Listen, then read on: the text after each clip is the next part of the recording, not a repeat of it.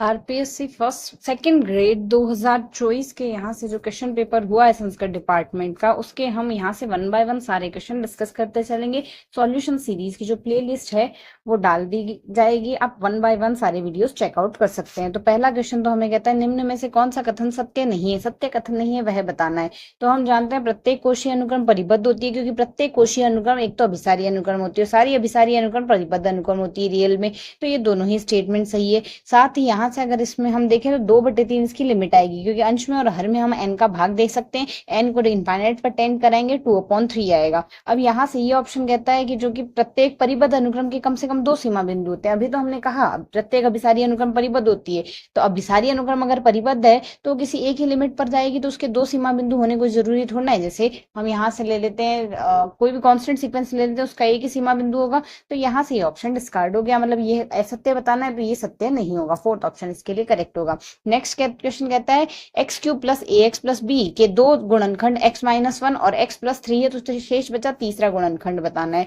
तो इसको अगर हम यहाँ से देखें तो हमारे पास यहाँ से x इक्वल टू 1 पुट करेंगे तो 1 plus a plus b equal to 0 आएगा, और x इक्वल टू -3 पुट करेंगे तो -27 minus 3 a plus b equal to 0 आएगा। पहली इक्वेशन से दूसरी इक्वेशन सब्ट्रैक्ट कर दे, बी से बी कैंसिल आउट हो जाएगा, 4 ऑफ ए आ गया और ये 28 आ गया equal to 0, 4a equal to -28, a की वैल्यू -7 आ गई। तो अगर ए की वैल्यू -7 फर्स्ट इक्वेशन में रखते हैं तो बी की वैल्यू 6 आ गई। मूलों का जो गुणन आएगा वो हमारे पास बी माइनस ऑफ बी के इक्वल आएगा, जो कि आएगा हमारे पास -6 आएगा। 3b m इक्वल्स टू आ गया हमारे पास। मान लेते हैं पहला मूल 1 है, दूसरा -3 और तीसरा मूल m मान लेते हैं। 3m इक्वल्स टू 6 आ गया, m की वैल्यू आ गई 2। तो m की वैल्यू 2 आने से यहाँ से हमारे पास दूसरा मूल कौन सा हो गया, 2 आ गया। x equals to 2, so x minus 2 इसका एक गुणनखंड होगा। यहाँ से z equals to x plus iota y दिया गया, x y belongs to r है, आयटा इक्वल्स टू -1 का स्क्वायर रूट है, तो z -2 अपॉन z प्लस 2 का जो मॉड है वो π/6 के इक्वल है। z का बिंदुपथ होगा, z का बिंदुपथ हमें बताना है, इसके लिए हमने यहाँ से इसको सिंप्लीफाई कर लिया। z की जगह हमने रख दिया एक्स प्लस आयटा वाई, ये वैल्यू आ गई। रियल और इमेजनरी को अलग अलग करके मॉड ऑफ z की वैल्यू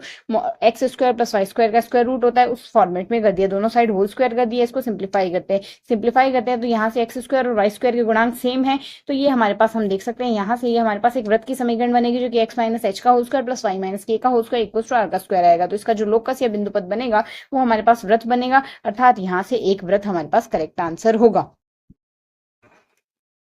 नेक्स्ट क्वेश्चन है क्वेश्चन नंबर 4, जो कि कहता है f of x equal to square root of 2 minus x minus 1 upon square root of 9 minus x square का प्रांत है। इसका प्रांत हमें बताना है क्या होगा। तो अगर इसका हम प्रांत देखें, प्रांत में हमारे पास वो वैल्यू आएगी जिसमें एक तो 1/0 ना बने। 1/0 ना बने तो 1/0 कहाँ बन रहा है, 9 minus x square equal to 0 बनेगा जब x equal to plus minus 3 होगा। तो यहाँ तो एक तो इसके प्रांत में प्लस माइनस 3 नहीं आएगा, और दूसरा हम यहाँ से देखते हैं स्क्वायर रूट के अंदर हमारे पास नेगेटिव वैल्यू नहीं आनी चाहिए। नेगेटिव वैल्यू नहीं आनी चाहिए, स्क्वायर रूट है हमारे पास यहाँ से एक तो इसमें है 9 माइनस 2 माइनस एक्स, तो 2 माइनस एक्स की वैल्यू लेस देन 0 कब आ रही है, जब एक्स की वैल्यू है हमारे पास ग्रेटर देन 2। जब भी एक्स की वैल्यू ग्रेटर देन 2 आएगी तो उसके प्रांत में नहीं आएगा। तो एक्स का मान 2 से बड़ा यहाँ से इसमें दिया हुआ है, जैसे एक तो इसमें दिया हुआ है यहाँ पर एक्स का मान 2 से बड़ा इस क्षेत्र में आ रहा है, इसमें भी आ रहा है और इसमें भी आ रहा है, तो ये तीनों डिस्कार्ड हो गए, बचा हुआ फोर्थ ऑप्शन हमारे पास यहाँ से करेक्ट हो गया, जिसके प्रांत आ गया। नेक्स्ट है इंटीग्रेशन 0 to 3 to 4 है हमारे पास। यहाँ से इस एक्सप्रेशन की वैल्यू निकालनी, जहां से this bracket of x is महत्तम पूर्णांक ऑफ एक्स के बराबर या कम के बराबर है। तो यहाँ से इसके केस में हम सरल करने के लिए हम काम में लेंगे, यहाँ से हम एक तो ये रिजल्ट काम में लेंगे, एफ ऑफ एक्स का इंटीग्रेशन अगर ए से बी के बीच में है तो यहाँ से ए से b f a plus b minus x replace कर देंगे, डीएक्स आ जाएगा। तो पहले तो हमने इस एक्सप्रेशन को सिंप्लीफाई करके एक्स माइनस 7 का होल स्क्वायर लिख दिया। अब यहाँ से यही फॉर्मूला लगाएंगे तो ये वैल्यू आ जाएगी आई की, पहली जो फॉर्मेट दिया उसको आई मान लिया, तो दूसरा भी आई बनेगा। आई दोनों इक्वेशंस को जोड़ देंगे तो 2i equals to integration 0 to 4 आ गया। ये दोनों वैल्यू अंश और सेम आएंगे, कैंसिल आउट हो गया, डीएक्स आ गया इक्वल्स टू 1 आ गया। तो आई की वैल्यू हमारे पास क्या आ गई, यहाँ से इंटीग्रेशन डीएक्स का इंटीग्रेशन एक्स 4 माइनस 3 की वैल्यू आ गई 1। तो यहाँ से 2i की वैल्यू 1 है तो i की वैल्यू होगी 1/2। आई इक्वल्स टू 1/2 हमारे पास यहाँ से कौन सा ऑप्शन करेक्ट हो गया, फोर्थ ऑप्शन इसके लिए करेक्ट हो जाएगा। नेक्स्ट क्वेश्चन कहता है यदि त्रिभुज ए बी सी व त्रिभुज DEF इस प्रकार के समरूप एक प्रकार से समरूप है कि BC की वैल्यू 3 सेंटीमीटर, EF की वैल्यू है हमारे पास 4 सेंटीमीटर, तो त्रिभुज ABC का जो क्षेत्रफल आएगा वह आएगा 54 वर्ग सेंटीमीटर है, तो DEF का क्षेत्रफल होगा। तो यहाँ से हम जानते हैं अगर दो त्रिभुज हमें समरूप दिए गए हैं तो त्रिभुज ABC का क्षेत्रफल बट्टे त्रिभुज DEF का क्षेत्रफल इक्वल्स टू आएगा, यहाँ से त्रिभुज ABC की भुजा बट्टे संगत भुजा DEF की का होल स्क्वायर आएगा। तो यहाँ से BC की वैल्यू 3 दी है, EF की वैल्यू 4 दी, 3/4 का whole square equals to 54/x आएगा। क्रॉस मल्टीप्लाई करके अगर सिंप्लीफाई करें तो x इक्वल्स टू 54 गुणा 4 स्क्वायर 3 का स्क्वायर आएगा, कैंसिल आउट कर देंगे तो वैल्यू आ जाएगी 16 गुना 6 विच इज इक्वल टू 96। तो यहाँ से इसका स्क्वायर क्षेत्रफल आएगा 96 सेंटीमीटर स्क्वायर। नेक्स्ट क्वेश्चन कहता है अवकल समीकरण y square d x plus 3xy minus 1 dy equal to 0 का व्यापक हल है। इसका व्यापक हल हमें बताना है, तो इसका व्यापक हल अगर हम यहाँ से देखें तो हमारे पास इसके केस में सबसे पहले ये इक्वेशन दी है, इसमें हमने dx dy को अलग अलग कर लिया, फिर इनका क्रॉस मल्टीप्लाई कर लिया, dx upon dy equals to यहाँ से वाई स्क्वायर गुणांक था तो पूरी इक्वेशन में वाई स्क्वायर इधर वाई स्क्वायर ले गए, तो 3xy upon y square equals to 1 upon y square आएगा। तो ये हमारे पास यहाँ से रेखीय अवकल समीकरण लीनियर डिफरेंशियल इक्वेशन होगी, जिसका IF आएगा exponential integration 3 upon y d y आएगा। तो 3 अपॉन वाई डी वाई का integration 3 log of x y आएगा, तो यहाँ से वाई 3 ऊपर ले जाएंगे, वाई क्यूब आ गया, तो x y cube equal to integration y cube into 1 upon y square d y plus integration constant c आ गया। तो यहाँ से बचा वाई वाई का समाकलन y square upon 2 plus c dash आ गया, एक्स वाई क्यूब आ गया यहाँ से। तो यहाँ से इसको अगर सिंप्लीफाई करें 2xy cube minus of y square equal to c आ गया। तो यहाँ से हमारे पास हमारा कौन सा ऑप्शन करेक्ट हो जाएगा, इसके केस में यहाँ से बन गया हमारा फर्स्ट ऑप्शन यहाँ से करेक्ट आंसर। नेक्स्ट क्वेश्चन कहता है 4 अलग अलग मशीनों पर 4 कार्य किए जाने हैं, जेबी मशीन पर आई वे कार्य का उत्पादन की लागत रुपयों में दी जानी है। तो यहाँ से ये हमें मशीन दिए गए हैं, तो सबसे पहले इसमें असाइनमेंट प्रॉब्लम है, रो रिडक्शन करेंगे देन कॉलम रिडक्शन। तो रो रिडक्शन जब हम करते हैं तो यहाँ से हमारे पास वैल्यू क्या आएगी, रो रिडक्शन में प्रत्येक पंक्ति के सबसे छोटे अवयव को बाकी पंक्ति के सारे अवयवों से घटा दिया, ये आ गई रो रिडक्शन से वैल्यू रेस्पेक्टिवली। जैसे पहले कॉलम में सबसे छोटा 4 है तो प्रत्येक अवयव में से 4 घटा दिया, सेकंड कॉलम में 0 है, थर्ड कॉलम में 0 है, फोर्थ कॉलम में 1 है सबसे छोटा अवयव, तो 1 को सारे एलिमेंट से घटा दिया, कॉलम रिडक्शन हो गया। तो अगर फर्स्ट रो से स्टार्ट करें, यहाँ से हम फोर्थ रो में आएंगे, यहाँ से ये एलिमेंट सेलेक्ट हो जाएगा क्योंकि एक ही 0 तो बाकी दोनों एलिमेंट कैंसिल आउट हो गए रेस्पेक्टिवली। हम यहाँ से देखें अब हमारे पास कॉलम वाइज देखते हैं, तो इस कॉलम में यहाँ से हमारे पास एक ही 0 ये सेलेक्ट हो गया तो रेस्पेक्टिव एलिमेंट डिलीट हो गया। नेक्स्ट यहाँ से इस कॉलम में एक ही एलिमेंट है तो ये सेलेक्ट हो गया और यहाँ से ये सेलेक्ट हो गया, तो इस तरीके से हमारे पास सिलेक्शन नहीं हुआ है। तो यहाँ से ये एलिमेंट है हमारे पास 14, 11, 13 और 11, इन सबको जोड़ेंगे तो हमारे पास वैल्यू आएगी 49। तो यहाँ से मिनिमम वैल्यू बनती है हमारे पास 49, जिससे हमारा यहाँ से फोर्थ ऑप्शन करेक्ट आ जाएगा। नेक्स्ट क्वेश्चन हमारे पास कहता है एबीसी इकाई सदिश इस प्रकार है कि a minus b plus c equal to 0। तो ए बी सी इनके मध्य हमें कौन देखना है, बी व सी के, तो B equal to A plus C लिख सकते हैं, दोनों साइड होल स्क्वायर कर दिया, होल स्क्वायर करके हमने सिंप्लीफाई कर लिया। सिंप्लीफाई करेंगे तो ए स्क्वायर और सी स्क्वायर की वैल्यू 1 आएगी और ए डॉट सी को हम लिख सकते हैं magnitude of a magnitude of c cos theta. Simplify करने से माइनस हाफ वैल्यू आई, इसकी वैल्यू एक एक आ जाएगी इन दोनों की, तो cos theta equal to minus half होगा हमारे पास 120 डिग्री पर, तो 2π/3 हमारे पास यहाँ से वैल्यू आएगी, फोर्थ ऑप्शन करेक्ट हो जाएगा। नेक्स्ट क्वेश्चन कहता है यहाँ से क्वेश्चन नंबर 10, जो कि हमारे पास इंटीग्रेशन -π/2 से +π/2 x क्यूब प्लस x कोस x प्लस साइन की पावर 5x प्लस 1 dx की वैल्यू बतानी है। तो हम जानते हैं -a से +a के बीच में हमारे पास अगर इंटीग्रेशन हो रहा है और फलन हमारे पास यहाँ से विषम फलन है, तो समाकलन की वैल्यू 0 आएगी। तो अगर इसी से हम कंपेयर करें, यहाँ से हमारे पास x की घात 3 ये एक विषम फलन है, साथ ही x एक विषम फलन है, कोस x तो सम फलन है, एक सम और एक विषम फलन का गुणा भी हमारे पास विषम फलन आएगा। तो इसकी वैल्यू 0 में गई, इसकी वैल्यू 0 में गई। साइन एक विषम फलन है, साइन की घात 5 भी विषम फलन होगा, वैल्यू गई 0 में, तो हमारे पास सिर्फ a की वैल्यू बचेगी dx। तो यहाँ से -a से +a के बीच में अगर इंटीग्रेशन करते हैं तो वैल्यू हमारे पास क्या आ जाएगी, इंटीग्रेशन बिटवीन हम यहाँ से लिख सकते हैं -a से -π/2 से +π/2 dx की वैल्यू आएगी 2 इंटीग्रेशन 0 से π/2 dx, इसकी वैल्यू आ गई 2π/2, 2 से 2 कैंसिल आउट हो गया, वैल्यू आ गई 5, वैल्यू 5 आने से वैल्यू आ गई पाई आने से हमारे पास यहाँ से हमारा फोर्थ ऑप्शन करेक्ट हो जाएगा। अब हमें यहाँ से ये सीरीज दी गई है, नेक्स्ट क्वेश्चन में श्रेणी 1 से इनफाइनाइट तक 1 + 1/n की पावर होल पावर n है। तो यहाँ से इसका अगर nth टर्म देखें तो हम जानते हैं अगर लिमिट हम अप्लाई करें un की जो लिमिट आएगी अगर 0 आती है तो उसके केस में कन्वर्जेंट हो सकता है, अगर 0 ही नहीं है तो डाइवर्जेंट ही होगी, फिक्स है। तो यहाँ से अगर देखें तो इसका nवां पद है हमारे पास ये आएगा, इसमें अगर लिमिट लगाएंगे तो n टेंड्स टू इनफाइनाइट पे वैल्यू e आ रही है, तो इसकी लिमिट आएगी e, जो कि हमारे पास 0 नहीं है, 0 नहीं आना दर्शा रहा है कि ये अपसारी होगी, तो ये श्रेणी होगी अपसारी। नेक्स्ट क्वेश्चन कहता है यहाँ से हमारे पास sine inverse 1/5 plus cos inverse x of sine theta में ये वैल्यू इक्वल टू 1 है। तो हम जानते हैं साइन π/2 की वैल्यू 1 होती है, तो अगर उसी कंसेप्ट से लगाएं साइन इनवर्स x प्लस cos inverse x equal to हमारे पास π/2 आएगा, तो x इक्वल टू यहाँ से दोनों कोण बराबर होने चाहिए, x की वैल्यू आ जाएगी हमारे पास 1/5। बेसिक कंसेप्ट से हम ये ऑप्शन करेक्ट कर सकते हैं। नेक्स्ट क्वेश्चन कहता है प्रथम पाद में यहाँ से y equal to square root of x और x इक्वल टू 2π/3 है, तो x के परिबद्ध क्षेत्र में क्षेत्रफल हमें बताना है क्या होगा। तो इसका क्षेत्रफल अगर हम देखें तो y y square equals to x आएगा इसमें, और वाई इक्वल्स टू आएगा एक्स माइनस 3/2। तो यहाँ से दोनों में y की वैल्यू अगर सिंप्लीफाई करके रख दे तो x माइनस 3 का whole square equals to 4 of x आ गया। तो यहाँ से अगर सिंप्लीफाई करते हैं x की वैल्यू 1 और 9 आ गई, x की वैल्यू आ गई रेस्पेक्टिवली। या तो हम y के लिए भी सॉल्व कर सकते हैं, अगर y के लिए सॉल्व करें दोनों में x की वैल्यू इक्वल कर दे तो y की वैल्यू +3 और -1 आएगी। तो इस तरीके से हमारे पास रीजन आएगा। तो अब अगर हम यहाँ से देखें, हमारे पास ये त्रिभुज समकोण त्रिभुज बन रहा है, समकोण त्रिभुज का क्षेत्रफल 1/2 गुना आधार गुना ऊंचाई होगी। तो यहाँ से हमारे पास अगर इस रेखा को प्लॉट करें, ये रेखा हमारे पास कुछ इस तरीके से जाएगी, x अक्ष पर 3 पर काट रही है। तो यहाँ से हमारे पास इसका क्षेत्रफल आएगा 1/2, 6 और 3 आ गई, इनके बीच की दूरी 6 - 3, 9 - 3 से 6 आ गई। तो यहाँ से स्क्वायर रूट का आ गया हमारे पास 9 आ गई वैल्यू। और पूरे क्षेत्र का क्षेत्रफल देखें तो y dx इंटीग्रेशन 0 से 9 में आएगा, सिंप्लीफाई करेंगे वैल्यू आ गई 18। शेडेड रीजन का क्षेत्रफल बताना जो कि आएगा 18 - 9 which is equal to 9 units. Basic concept से ये क्वेश्चन हम कर सकते हैं। नेक्स्ट क्वेश्चन है क्वेश्चन नंबर 14, जो कि कहता है यहाँ से वक्र 4x square plus 9y square equals to 36 और रेखा 2x plus 3y equals to 6 से परिबद्ध छोटे क्षेत्र का क्षेत्रफल होगा। तो यहाँ से छोटे क्षेत्र का क्षेत्रफल निकालना है। उसके लिए अगर हम सरल करें, पहले तो 36 से हमने पूरी समीकरण में डिवाइड कर दिया LHS और RHS में, तो ये हमारे पास दीर्घवृत्त बन गया जो x अक्ष पे यहाँ से 3 आएगा और y अक्ष पे 2 आएगा यहाँ से हमारे पास, और 2x प्लस 3y हमारे इक्वल्स टू 6। हमारे पास एक रेखा है जो यहाँ से 2 व 3 से होकर जा रही है। जब x का मान 0 तो y का मान 2 है, और जब y का मान 0 तो x का मान 3 है। तो हम जानते हैं दीर्घवृत्त का क्षेत्रफल पाई ए बी होता है। तो यहाँ से a की वैल्यू 2 है, b की वैल्यू 3 है, तो पाई ए बी। यहाँ से 1/4 का क्षेत्रफल निकालना है, तो 1/4 में पाई/4 ए बी कर दिया तो 3/2 पाई आ गया। और यहाँ से हमारे पास अगर इस एरिया को देखें, हमारे पास त्रिभुज बन रहा है, त्रिभुज का क्षेत्रफल 1/2 गुना आधार गुना ऊंचाई होगा। सॉल्व करने पर वैल्यू 3 आएगी। तो इस पूरे में से हमने इतने का निकाल दिया, इसका मान 3/2 पाई आया और इसका मान हमारे पास 3 आया। तो 3/2 पाई माइनस 3 करेंगे, 3 कॉमन आ जाएगा, पाई/2 - 1 आ गया।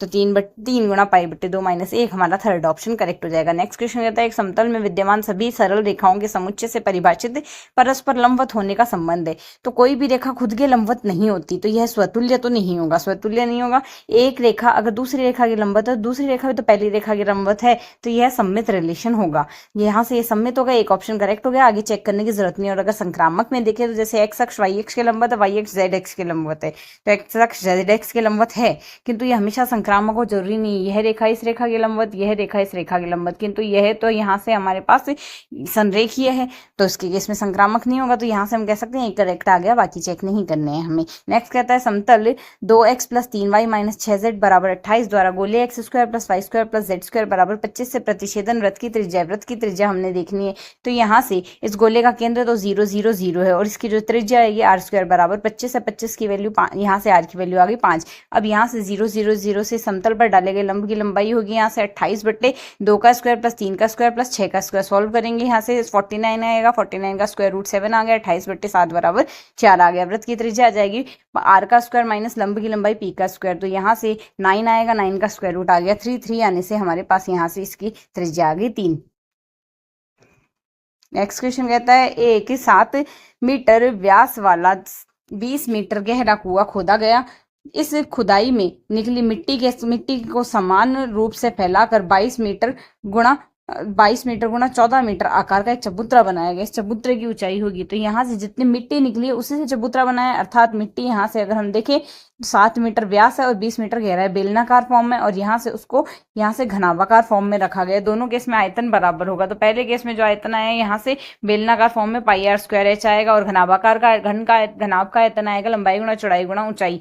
यहाँ से पाई की वैल्यू 22/7, r की वैल्यू व्यास 7 दिया है, तो त्रिज्या आएगी 7/2, 7/2 h की वैल्यू 20 दी हुई है, लंबाई 20 गुणा 14 गुणा h की वैल्यू हमने ये निकाल ली है। तो यहाँ से अगर हम सॉल्व करें, यहाँ से दोनों h अलग अलग है, एक जगह कैपिटल मान लीजिए, एक जगह स्मॉल मान लीजिए। सिंप्लीफाई करें, 7 से 7 कट गया यहाँ से, और 22 से 22 कट जाएगा 2, और यहाँ से इसको काट दिया 5 आ गया, 7 गुणा 5 बचा है, क्रॉस मल्टीप्लाई कर लेंगे तो यहाँ से h 7 गुणा 5 बट्टे आ गया हमारे पास 14। इसको सॉल्व करेंगे, यहाँ से आ गया 2 5/2 मीटर आ रही है, h की वैल्यू 5/2 अर्थात यहाँ से हमारे पास 2.5 मीटर आ गई इसकी वैल्यू। यहाँ से 8 + 88 + 888 एन सो ऑन है, तो n की वैल्यू अगर हम 1 रख दें तो सिर्फ 8 आएगा। यहाँ से योग 8 आ रहा है। अब यहाँ से हम ऑप्शन में कंपेयर करें तो पहले ऑप्शन में हमारे पास वैल्यू बन रही है n बराबर 1 पर 8/81, 100 - 9 + 10, तो यहाँ से 81 से 81 कैंसिल आउट होने वाला नहीं, 8 नहीं बनेगा। और इसी तरीके से अगले में प्लस माइनस भी चेंज करेंगे तो भी नहीं बनेगा। अगर थर्ड ऑप्शन में देखें तो 100 - 10 करेंगे 90, 90 - 9 करेंगे 81, 81 से 81 कट गया 8 वैल्यू आ गई। तो यहाँ से केवल एक ऑप्शन सेटिस्फाई हो रहा है,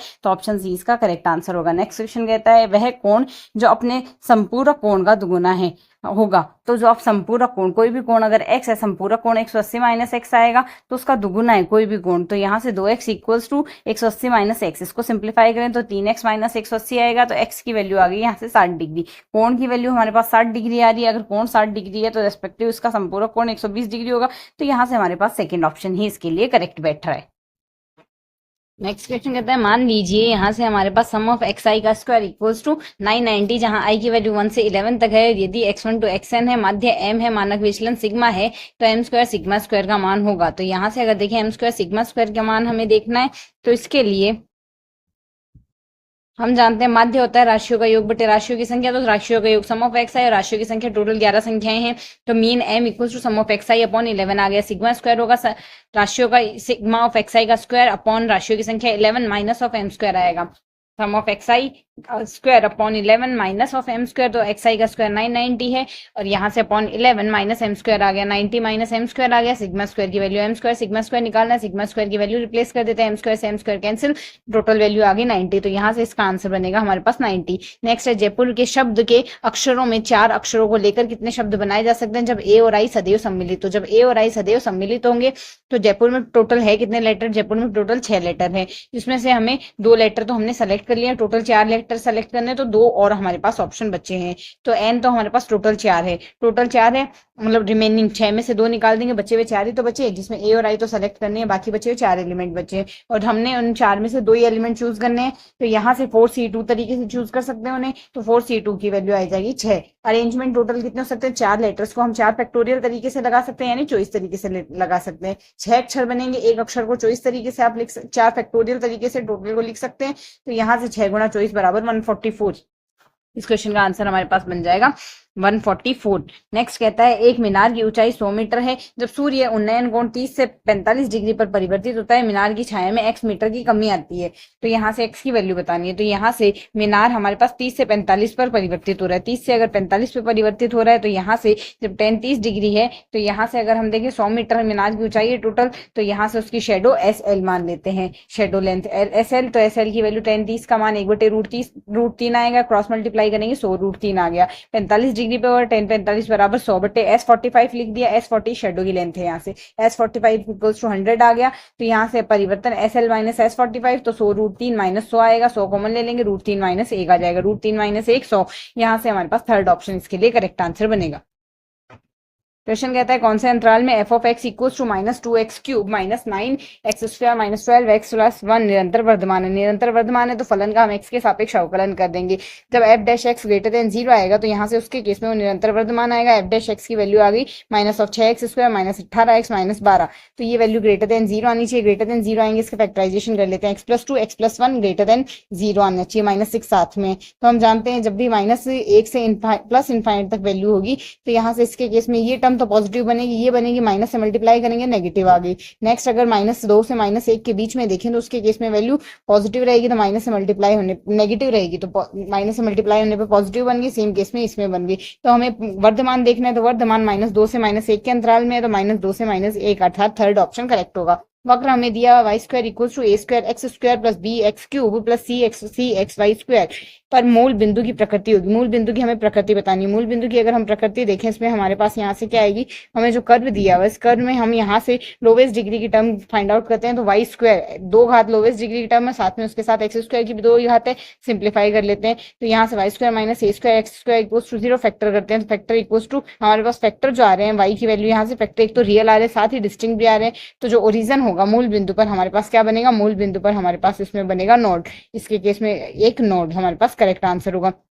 1 + 2 7 बार है को P अपॉन Q के रूप में लिखा जा सकता है, जहां P Q पूर्णांक है, इनका HCF की वैल्यू 1 है, Q 0 नहीं है, तो P + Q - 25 हमें फाइंड आउट करना है। तो अगर हम यहाँ से देखें 1.27 बार है, यानी 272727 रिपीट हो रहा है पॉइंट के बाद, इसे P अपॉन Q की फॉर्म में लिखा जा रहा है, तो हम जानते हैं यहाँ से इस टाइप की अगर वैल्यू दी गई हो, इसमें यहाँ से 1 पॉइंट के पहले वाली संख्या एज इट इज लिखी जाएगी, फिर जो संख्या रिपीट हो रही है, रिपीट होने वाली संख्या को जिसके ऊपर बार लगा वो संख्या लिखी जाएगी, साथ ही यहाँ से जो बिना बार की संख्या पॉइंट के बाद है उसमें के पहले है उसको हम यहाँ से लिख देंगे माइनस करेंगे, पर इसमें कोई संख्या ही नहीं है और जितनी संख्याओं पर बार है उतने 9 लिखे जाएंगे बट्टे में, और जितनी संख्याओं पर बार नहीं है पॉइंट के बाद में उतने 0 लिखे जाएंगे। तो 0 वाली संख्या है ही नहीं, इसको सिंप्लीफाई करें 27/99 को 3/11 लिख सकते हैं। तो 1 + 3/11 हमारे पास बनेगा 14/11। पी की वैल्यू 14, क्यू की वैल्यू 11, 14 + 11 की वैल्यू आएगी हमारे पास 25, 25 - 25 = 0। तो यहाँ से इसकी वैल्यू हमारे पास क्या आ जाएगी 0, यानी फर्स्ट ऑप्शन इसका करेक्ट बनेगा। क्वेश्चन नंबर 26 कहता है the singular solution of the differential equation y = px + p - p cube, then हमें सिंगुलर सॉल्यूशन फाइंड आउट करना है। तो यहाँ से y की वैल्यू हमें ये दी गई, पूरी इक्वेशन का x के सापेक्ष अवकलन कर लेते हैं। dy/dx को p लिख सकते हैं, px का डिफरेंशिएशन करेंगे तो x का डिफरेंशिएशन 1 आएगा, p आ गया एज इट इज, और साथ ही x dp/dx आ गया, p का डिफरेंशिएशन dp/dx और p क्यूब का 3p² और dp/dx आ गया। सिंप्लीफाई कर लेते हैं, यहाँ से p से p दोनों पक्षों में कैंसिल आउट हो गया, LHS बचा है 0, dp/dx कॉमन आ गया, x इंटू x + 1 - 3p² आ गया। या तो dp/dx 0 होगा, जब dp/dx 0 होगा तो सिंगुलर सॉल्यूशन ना होकर हमारे पास ऑर्डिनरी सॉल्यूशन बनेगा। यहाँ से इस टर्म को 0 के इक्वल रखा, 0 के इक्वल रखने से x = 3p² - 1 आएगा, p की वैल्यू आ गई √x + 1/3 आ गया यहाँ से। तो y की जो वैल्यू आएगी इस एक्सप्रेशन में हमने y की वैल्यू में x की वैल्यू सब्सटीट्यूट कर दी। x की वैल्यू सब्सटीट्यूट करने से हमारे पास यहाँ से x की वैल्यू हमने यहाँ पर ये सब्सटीट्यूट कर दी, जैसे हमने सब्सटीट्यूट की इसको सिंप्लीफाई किया, y की वैल्यू आएगी 2p³, p की वैल्यू रिप्लेस कर देते हैं, जैसे p की वैल्यू रिप्लेस करेंगे हमारे पास सॉल्यूशन आ गया। और इसे हमने आगे भी सॉल्व किया है, जैसे दोनों साइड होल स्क्वायर करके सिंप्लीफाई करेंगे। तो हमें सिर्फ इतना ही निकालना था, तो यहाँ से हमारे पास कौन सा ऑप्शन, हमारा फर्स्ट ऑप्शन करेक्ट बनेगा। नेक्स्ट क्वेश्चन कहता है sum of 1 + 4x + 7x² + 10x³ infinite तक चल रहा है, मोड ऑफ x की वैल्यू <1 है और इसका सम 35/16 है। तो x की वैल्यू हमें फाइंड आउट करनी है। अब x की वैल्यू हमें फाइंड आउट करनी है, s की वैल्यू हमें ये दी हुई है, s को दोनों पक्षों को हम x से गुणा कर देते हैं, जैसे x से गुणा करते हैं तो s - xs अगर निकालेंगे तो पहला पद आ गया 1, नेक्स्ट पदों में हम सब्ट्रैक्ट करेंगे तो 3 + x + 3 × x + x² and then so on आएगा। तो हम जानते हैं x + x² + x³ and then so on लिखा जाता है हमारे पास x/1 - x x आएगा। तो यहाँ से अगर सिंप्लीफाई करें LHS में से s कॉमन ले लेते हैं और RHS में अगर सिंप्लीफाई करें ये वैल्यू जो आएगी यहाँ से इसकी वैल्यू आ गई x/(1 - x) आ गया और यहाँ एक एज इट इज आ गया। इसको सिंप्लीफाई कर लेते हैं, यहाँ से सिंप्लीफाई करने से 1 + 2x/(1 - x) आ रहा है। तो क्रॉस मल्टीप्लाई और कर देते हैं तो s की वैल्यू आ गई। अब s की वैल्यू में 35/16 दी गई है, वज्रगुणा करेंगे, वज्रगुणा करके सिंप्लीफाई करते हैं, ऐसे हम सिंप्लीफाई करते हैं, यहाँ से ये वैल्यू आएगी। इसके फैक्टराइजेशन और कर लेते हैं, फैक्टर करने से एक तो x की वैल्यू 1/5 आ रही है, दूसरी 19/7 आ रही है। अब हमें वैल्यू दी गई मोड ऑफ x की वैल्यू <1 आनी चाहिए, 19/7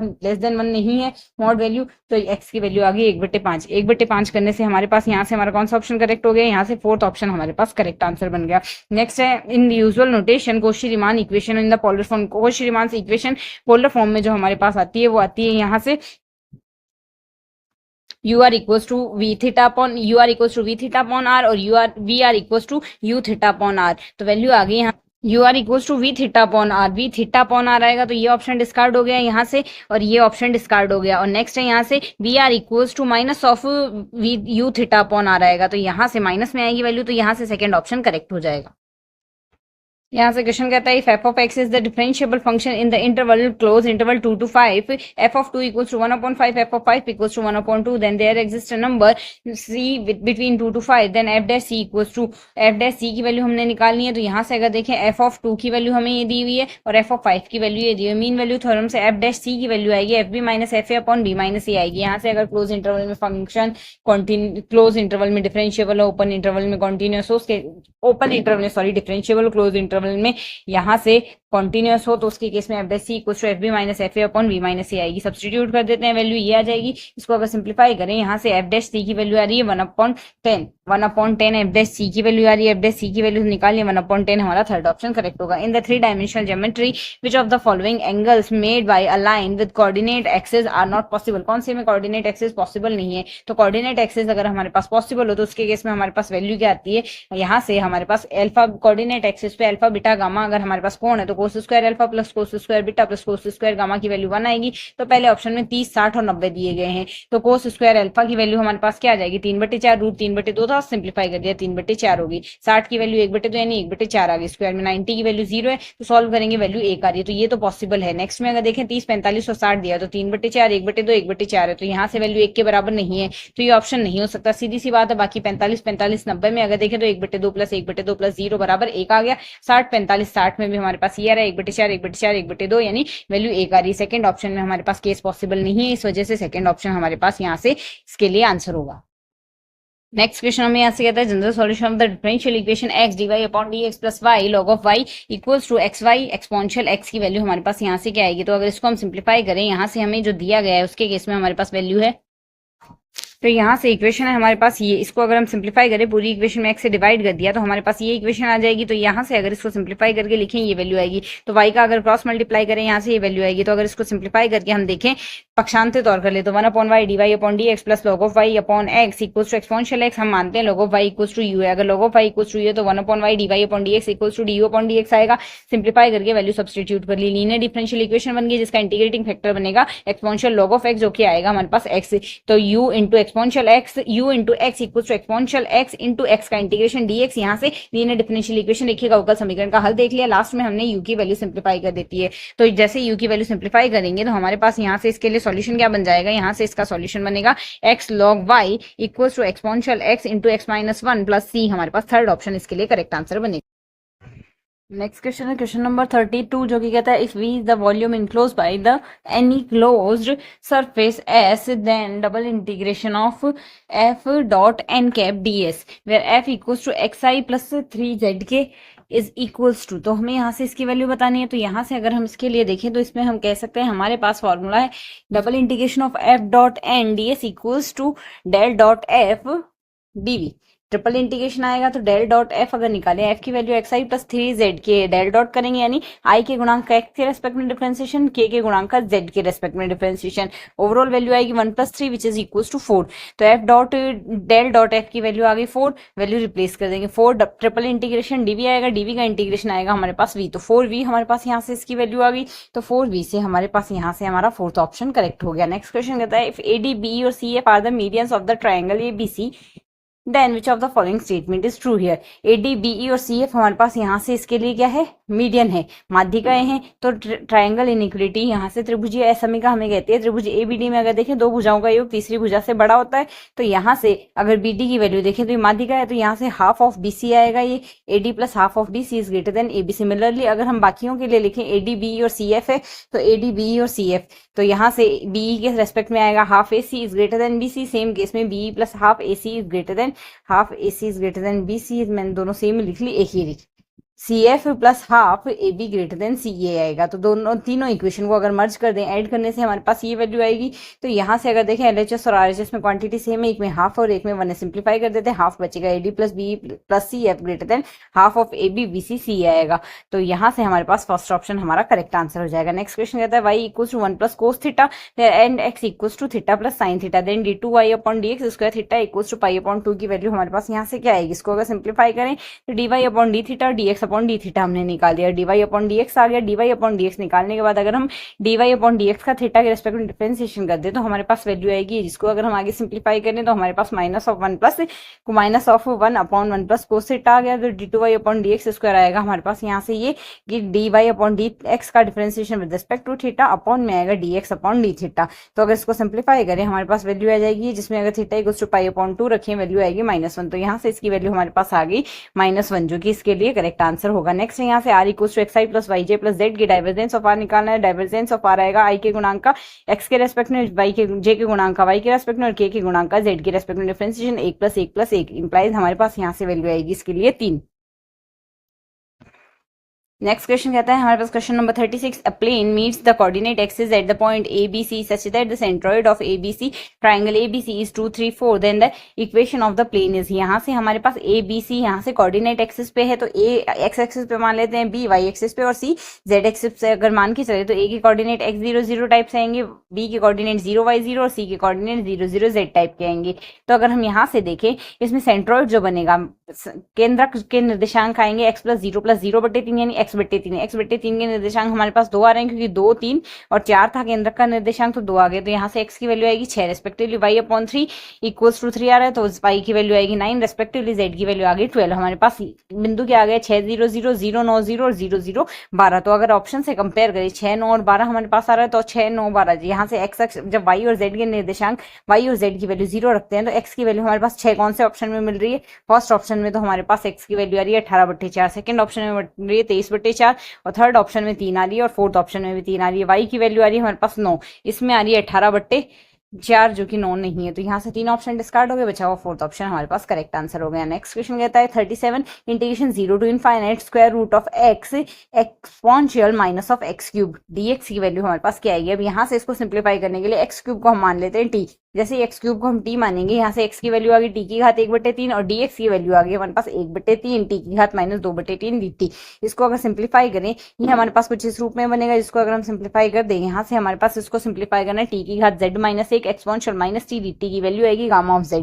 तो अगर इसमें सिंप्लीफाई करते हैं, हमारे पास यहाँ से वैल्यू क्या आ गई, t की घात बन जाएगी हमारे पास माइनस का 3/6 बनेगी, यहाँ से 3/6 बनेगी, क्योंकि 1/6 तो ये आ गई 1/6 माइनस 2/3। सिंप्लीफाई करते हैं, हमारे पास वैल्यू आएगी यहाँ से 2 माइनस, इसमें तो आएगी 1 माइनस 4, यानी माइनस का 3/6, तो माइनस का 3/6 आ रही है यहाँ से, यानी माइनस का 1/2 वैल्यू आ गई, माइनस का 3/6 एक्सपोनेंशियल टी डी टी आ गया। इसको अगर हम सिंप्लीफाई करते हैं तो हमारे पास यहाँ से वैल्यू क्या आएगी, माइनस का 3/6 बराबर z माइनस 1 आ रहा है, तो z की वैल्यू आ गई 1/2 प्लस का हाफ आ गई, तो t की घात 1/2 minus 1 exponential minus t d T आ गया, 1/3 आ गया। तो यहाँ से गामा ऑफ हाफ आ गया 1/3 आ गया, गामा हाफ को रूट पाई लिख सकते हैं, रूट पाई अपॉन 3 हमारे पास यहाँ से इसकी वैल्यू आएगी, रूट पाई अपॉन 3 हमारे पास यहाँ से 3rd ऑप्शन है जो कि इसका करेक्ट आंसर है। क्वेश्चन नंबर 38 जो कि कहता है set 1/n n belongs to natural number is, ये जो सेट है हमारे पास ना तो ओपन है ना क्लोज है, पर ये जो सेट है हमारे पास बाउंडेड है, क्योंकि इसकी जब n की वैल्यू हम 1 रखेंगे वैल्यू 1 आएगी, and then so on 1/2 1/3 and then up to n tends to infinite पर 0 से 1 के बीच में वैल्यू आ रही है, तो ना तो ये ओपन है ना क्लोज है, पर ये बाउंडेड है। नेक्स्ट क्वेश्चन कहता है if the line x-3/2 equals to y+2 upon -1 and z+4 upon 3 contains in the plane px plus qy minus of z equals to 9, then the p square plus q square की value हमें find out करनी है। तो हमें यहाँ से इस रेखा पर अगर किसी बिंदु के निर्देशांक देखें तो इस रेखा के बिंदु के निर्देशांक हमारे पास बन रहे हैं 3 - 2 और 4, जो कि यहाँ से समतल प्रस्थित होंगे, तो यहाँ से इसको सिंप्लीफाई करेंगे तो 3p - 2q इक्वल्स टू 5 आ गया, पहली इक्वेशन आ गया। अगर उसके डायरेक्शन वेक्टर देखें, यहाँ से रेखा से हमारे पास 2 - 1 और 3 आ रहे हैं, और जो नॉर्मल टू द प्लेन के नॉर्मल होंगे, तो प्लेन से हमारे पास डायरेक्ट वेक्टर बनेगा PQ -1, तो ये नॉर्मल टू द प्लेन होगा डायरेक्शन वेक्टर रेखा का। तो यहाँ से अगर नॉर्मल होगा प्लेन के, तो यहाँ से n डॉट d की वैल्यू 0 आएगी, तो n डॉट d की वैल्यू हमने सिंप्लीफाई कर ली, तो 2p minus of q equals to 3 आ जाएगा। एक समीकरण, दोनों समीकरण को अगर सिंप्लीफाई करते हैं, दूसरे समीकरण को 2 से गुणा करके घटाएंगे तो p की वैल्यू आएगी 1, और यहाँ से p की वैल्यू सब्सटीट्यूट कर देते हैं एक इक्वेशन में, q की वैल्यू आएगी -1, p square plus q square equals to आ गया हमारे पास 2, p square plus q square equals to 2 हमारे पास सेकंड ऑप्शन हमारा करेक्ट आंसर हो गया। Next type the difference between the circumference and the radius of the circle is 74, यहाँ से परिमाप, वृत्त के परिमाप और उसकी त्रिज्या के बीच का अंतर हमारे पास है 74। तो एरिया हमें फाइंड आउट करना है सर्कल का, क्या होगा, एरिया ऑफ सर्कल हमें फाइंड आउट करना है, क्या होगा, तो 2pr इक्वल्स टू हमारे पास 2πr minus r equals to 74 दिया, r कॉमन ले लेते हैं, पाई की जगह 22/7 ले लेते हैं, 74 आएगा, r into 37/7 equals to 74, r equals to 74 into 7/37 आ गया, वैल्यू आ गई हमारे पास 14 सेंटीमीटर, एरिया आ गया पाई आर स्क्वायर को सिंप्लीफाई कर लेते हैं, वैल्यू आएगी 616 सेंटीमीटर स्क्वायर। यहाँ से इसका एरिया आ गया हमारे पास 616 सेंटीमीटर स्क्वायर, हमारा 4th ऑप्शन इसके लिए करेक्ट आंसर हो गया। नेक्स्ट क्वेश्चन कहता है z plus be the group and let the function f z plus 2z plus be defined as f of x equals to 2x for all x belongs to z, then the function is, function हमारे पास क्या होगा, ये function हमारे पास बनेगा 1 homomorphism, then function f is 1 homomorphism here। Question कहता है triangle ABC similar to the triangle PQR such that the parameter of triangle ABC and PQR respectively 36 and 24 centimetre respectively here PQ equals to 10 centimetre, then AB equals to, AB की value हमें find out करनी है, क्या होगी, तो त्रिभुज ABC का परिमाप बटे त्रिभुज PQR का परिमाप बराबर आएगा AB बटे PQ के, तो 36/24 बराबर m/10 मान लिया, AB भुजा की लंबाई हमने m मान ली, तो m इक्वल्स टू आ जाएगा क्रॉस मल्टीप्लाई से 36 × 10/24, सिंप्लीफाई करते हैं, वैल्यू आ गई 15 सेंटीमीटर, तो रेखा की लंबाई, भुजा की लंबाई आ गई हमारे पास यहाँ से 15 सेंटीमीटर, फर्स्ट ऑप्शन हमारे पास इसके लिए इसका करेक्ट हो गया। नेक्स्ट क्वेश्चन हम यहाँ से देखिए, हमारे पास यहाँ से ट्रायंगल ABC दिया हुआ है, DE जो है वो समांतर दी गई है BC के, और AD अपॉन DB की वैल्यू 3/5 दी गई, AC की वैल्यू 5/6 दी गई, AE की वैल्यू निकालनी है। अगर AE की वैल्यू हमें यहाँ से निकालनी है तो रेस्पेक्टिव अगर हम देखें AD/DB बराबर आएगा AE/EC के, तो AD/DB या फिर AD/AB अगर लेंगे तो AE/EC के बराबर आएगा। AB की लंबाई हम AD + DE के बराबर लिख सकते हैं, तो 3/5 था, था 3/3 प्लस 5 यानी 8 हो गया। 3/8 बराबर ए बट्टे 5.6 आएगा। सिंप्लीफाई करते हैं, ए इक्वल टू 3/8 गुना 5.6, इसको सिंप्लीफाई करेंगे 2.1 सेंटीमीटर। यहाँ से भुजा की लंबाई आ गई 2.1 सेंटीमीटर। नेक्स्ट है y0, y1, y2, y3 और y4 की रेस्पेक्टिव वैल्यू दी है। डेल 4 की वैल्यू हमने निकालनी है, तो यहाँ से 0, 1, 2, 3, 4 पर वैल्यू 3, 10, 18, 30 और 50 दी गई है। डेल की वैल्यू आएगी रेस्पेक्टिव माइनस करेंगे 50 माइनस 30 यानी 20। यहाँ आएगा 12, 8 और 7 रेस्पेक्टिवली। 8 माइनस 7 की वैल्यू 1, 12 माइनस 8 की वैल्यू 4, 20 माइनस 12 की वैल्यू 8 आएगी। सिंप्लीफाई करेंगे, यहाँ से 4 और 3 आ गई, यहाँ वैल्यू आ गई 1। डेल 4 की वैल्यू हमारे पास क्या बन रही है, 1 बन रही है। हमारा यहाँ से सेकंड ऑप्शन करेक्ट हो गया। नेक्स्ट है the particle moves in the straight line such that it's displacement from the x from a point two the line at its time t is given by x equals to t cube minus of 6t square minus of 15t. Then the time is in the interval in second during which the velocity is negative and acceleration is positive. मतलब हमें यहाँ से लेना है वेग का मान तो ऋणात्मक आना चाहिए और जबकि एक्सेलरेशन में हमारे पास परिवर्तन यहाँ से वेग तो ऋणात्मक आना चाहिए। चेंज वेग में तो चेंज टाइम t के साथ हमारे पास वेग तो नेगेटिव रहना चाहिए और जो है एक्सेलरेशन वो पॉजिटिव रहना चाहिए। तो अगर हम यहाँ से देखें, सबसे पहले तो हम वेग निकाल लेते हैं। x का t के सापेक्ष अवकलन dx upon dt equals to b आएगा। सिंप्लीफाई करते हैं, इसकी वैल्यू तो नेगेटिव आनी चाहिए। तो अगर हम यहाँ से देखें -1 से 5 के बीच में हमारे पास इसकी वैल्यू नेगेटिव आएगी। -1 से 5 के बीच में वेग की वैल्यू नेगेटिव आ रही है और यहाँ से हमारे पास एक्सेलरेशन यानी इसका हमने जो अवकलन किया था उसका दोबारा अवकलन करेंगे। सिंप्लीफाई करेंगे, यहाँ t की वैल्यू जब 2 से बड़ी होगी तो उसके केस में पॉजिटिव आएगी। t की वैल्यू 2 से बड़ी होनी चाहिए, 5 से छोटी होनी चाहिए। उसके केस में हमारे पास वेग तो नेगेटिव आ रहा है और एक्सेलरेशन पॉजिटिव आ रहा है, तो इसके केस में हमारा यहाँ से जो सेकेंड ऑप्शन है 2 से 5 के बीच में करेक्ट आंसर हो जाएगा। नेक्स्ट क्वेश्चन 46 जो कि कहता है the solution of the differential equation x square d two y upon d x square plus 3x d y upon d x plus y equal to 0 is. यहाँ से हमने इसके लिए सॉल्यूशन बताना है। जो इक्वेशन दी गई है हमें होमोजीनियस डिफरेंशियल इक्वेशन दी गई है, तो homogeneous differential equation constant coefficient है, तो यहाँ से इसमें डी स्क्वायर की जगह यहाँ से d x square into d two y upon d x square की जगह लिखा जाएगा d into d minus 1 plus of 3d plus y 1 into y equal to 0। Simplify करेंगे d प्लस 1 का होल स्क्वायर वाई आएगा, तो यहाँ से जो ऑक्सिलरी इक्वेशन बनेगी m प्लस 1 का होल स्क्वायर इक्वल टू 0 आ गया। m की वैल्यू -1 आ गई। CF आएगा C1 plus C2 z exponential minus z आ गया क्योंकि रिपीटेड रूट है और रूट की वैल्यू -1 है, तो ये एक्सपोनेंशियल माइनस z आ गया। अब z यहाँ से हमारे पास क्या लिखा जाता है, exponential z equal to x होगा, तो z equal to log of x आ गया। सिंप्लीफाई करते हैं, C1 plus C2 log of x into 1 upon x आएगा, तो यहाँ से हमारे पास कौन सा ऑप्शन करेक्ट हो गया, यहाँ से हमारा ऑप्शन सेकंड करेक्ट हो गया। An arc of the circle is of the length 5 pi and the sector is bound has an area of 20 pi centimeter square, then the radius of the circle is। Circle की radius हमें बतानी है। यहाँ से arc length हमें दी गई, arc length s equals to r theta होती है और theta equals to s upon r आ जाएगा। क्रॉस मल्टीप्लाई से यहाँ से थीटा की वैल्यू s की वैल्यू 5 पाई दी गई है, तो 5 पाई अपॉन आर आ गई। थीटा की वैल्यू a इक्वल्स टू होता है half of r square theta आएगा, तो आर की यहाँ से आर स्क्वायर की जगह आर स्क्वायर रहने देते हैं, थीटा की जगह 5 पाई अपॉन आर लिख देंगे इंटू 1 अपॉन 2 है। दिस वन इक्वल्स टू 20 पाई हमें दिया गया। सिंप्लीफाई करेंगे तो 40 पाई वज्र गुना हो गया बराबर 5 पाई आर आ गया। पाई से पाई कैंसिल आउट हो गया, आर की वैल्यू होगी 40/5 जो कि 8 सेंटीमीटर आएगा। यहाँ से हमारे पास सोल्यूशन आ गया 8 centimetre. If f of Z equals to 4x plus y plus iota minus of x plus 4y where z equals to x plus iota y where xy belongs to r and I equals to -1 का square root, then df upon dx is। df upon dx की value हमने find out करनी है, तो df upon dx निकालना है। सबसे पहले इसको रियल और इमेजिनरी पार्ट को u और v की फॉर्म में अगर अलग अलग करते हैं तो u का x के सापेक्ष अवकलन 4 आ रहा है और v का x के सापेक्ष अवकलन -1 आ रहा है। df अपॉन dz की वैल्यू आ रही है u का x के सापेक्ष अवकलन प्लस आयोटा v का x के सापेक्ष अवकलन।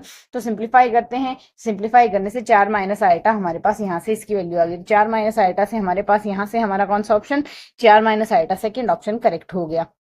Next question, question number 49 sine 12 degree into sine 48 degree equal है हमारे पास, इसकी वैल्यू निकालनी। इसको हम 2 से गुणा 2 से भाग कर देते हैं। 2 साइन ए साइन बी की वैल्यू आएगी कोस ए माइनस बी माइनस कोस ए प्लस बी आ जाएगी, तो यहाँ से हाफ कोस ए माइनस बी माइनस कोस ए प्लस बी लिख दिया, तो कोस 36 माइनस कोस 8 आएगा। कोस 36 की वैल्यू 1 प्लस रूट 5 1/5/4 और माइनस हाफ कोस 8 की आएगी। सिंप्लीफाई कर देते हैं, रूट 5 माइनस 1/8, तो रूट 5 माइनस 1/8 सेकेंड ऑप्शन है जो कि इसके लिए करेक्ट आंसर बनेगा। Let A and B be two square matrices of the same order A and B. If A and B are symmetric matrices, then which of the following is skew symmetric matrix? A और B symmetric matrix दी गई है, same order की है, A और B symmetric है, तो यहाँ से हम जानते हैं AB माइनस BA होगी हमारे पास skew symmetric matrix। बाकी जो जितनी matrices दी गई वो सारी symmetric matrix ही बनेगी। The resultant of two forces P and Q acting at the point is the magnitude R. If P and Q are equal and angle between them is alpha, then R is R की value हमने find out करनी है, क्या होगी are की value अगर हम यहाँ से फाइंड आउट करें तो आर इक्वल हमारे पास होगा square root of p square plus q square plus 2p cos alpha आएगी। यहाँ से पी और क्यू दोनों हमें वैल्यू बराबर दी गई है तो 2p square plus 2p square कोस अल्फा आएगी। 2p स्क्वायर हम रूट से बाहर निकाल देते हैं, रूट 2p आ गया और 1 प्लस कोस अल्फा बनेगा। 1 प्लस कोस अल्फा की value 2 cos square alpha upon 2 बनेगी। रूट 2 इंटू रूट 2 2 आ गया, 2p कोस अल्फा अपॉन 2 आ गया। 2p कोस अल्फा अपॉन 2 से हमारे पास यहाँ से हमारा कौन सा ऑप्शन करेक्ट हो जाएगा, यहाँ से हमारा ऑप्शन बन जाएगा थर्ड ऑप्शन करेक्ट हो गया। A particle is projected with the velocity u so that its range on the horizontal plane is twice the greatest height attained then the range is। तो यहाँ से हमें रेंज बतानी है क्या होगी, साथ ही दिया गया जो पार्टिकल है वो प्रोजेक्ट किया जाता है कितनी वेलोसिटी से, velocity and it's range on the horizontal range जो आएगी इसके हॉरिजॉन्टल प्लेन पे ट्वाइस आएगी of the greatest height attain, greatest height जितनी अटेन होगी उसकी दुगुनी आएगी। तो उसके केस में अगर हम यहाँ से देखें हाइट की दुगुनी आएगी तो यहाँ से हम जानते हैं u square sine 2 theta upon sine 2 theta upon g जो है यहाँ से हमारे पास रेंज है और ग्रेटेस्ट हाइट आएगी u square sine square theta upon 2 g, इसकी ट्वाइस है तो दोगुनी हमने कर दी है। 2 sine theta cos theta equals to sine square theta आएगा, यू स्क्वायर से यू स्क्वायर कैंसिल हो गया, जी से जी कैंसिल हो गया दोनों साइड और साथ ही ये 2 और 2 आपस में कैंसिल आउट हो गए तो ये वैल्यू आ गई 2 cos theta equals to sine theta आ रहे हैं, टेन थीटा की वैल्यू 2 आ रही है। टेन थीटा हमारे पास यहाँ से लंब बट्टे आधार होगा, लंब बट्टे आधार लिख दिया तो कर्ण की वैल्यू √5 आ गई। इसको सिंप्लीफाई करते हैं, आर की वैल्यू हमारे पास u square sine 2 theta upon g आता है तो यू स्क्वायर साइन 2 थीटा की जगह 2 साइन थीटा कोस थीटा लिखेंगे, अपॉन में जी लिख दिया तो 2 यू स्क्वायर अपॉन जी तो हमने एज इट इज लिख दिया। साइन थीटा की वैल्यू यहाँ से क्या आएगी लंब बट्टे कर्ण यानी 2 अपॉन √5 और कर्ण कोस थीटा की वैल्यू आएगी आधार बट्टे कर्ण यानी 1 अपॉन √5। सिंप्लीफाई करते हैं √5 5 हो गया, 2 गुणा 2 4 हो गया तो 4 यू स्क्वायर बट्टे 5g, 4 यू स्क्वायर बट्टे 5g आएगा हमारे पास, यहाँ से इसकी वैल्यू आ गई जो कि यहाँ से हमारा सेकेंड ऑप्शन करेक्ट होगा। नेक्स्ट कहता है decimal expansion of the number, इस नंबर का हमें डेसिमल एक्सपेंशन बताना है तो अगर हमारे पास 2 की पावर m इंटू 5 की पावर n यहाँ से डिवाइड में अगर है तो ऐसा एक्सपेंशन हमेशा हमारे पास नॉन टर्मिनेटिंग पॉलिनोमियल बनता है, सॉरी टर्मिनेटिंग डेसिमल बनता है। यहाँ से हमारे पास 2 की पावर m 5 की पावर n हो, जहाँ m और n पॉजिटिव इंटीजर्स हो तो उसके केस में यहाँ से टर्मिनेटिंग होगा तो सेकंड ऑप्शन इसके लिए करेक्ट आंसर हो जाएगा।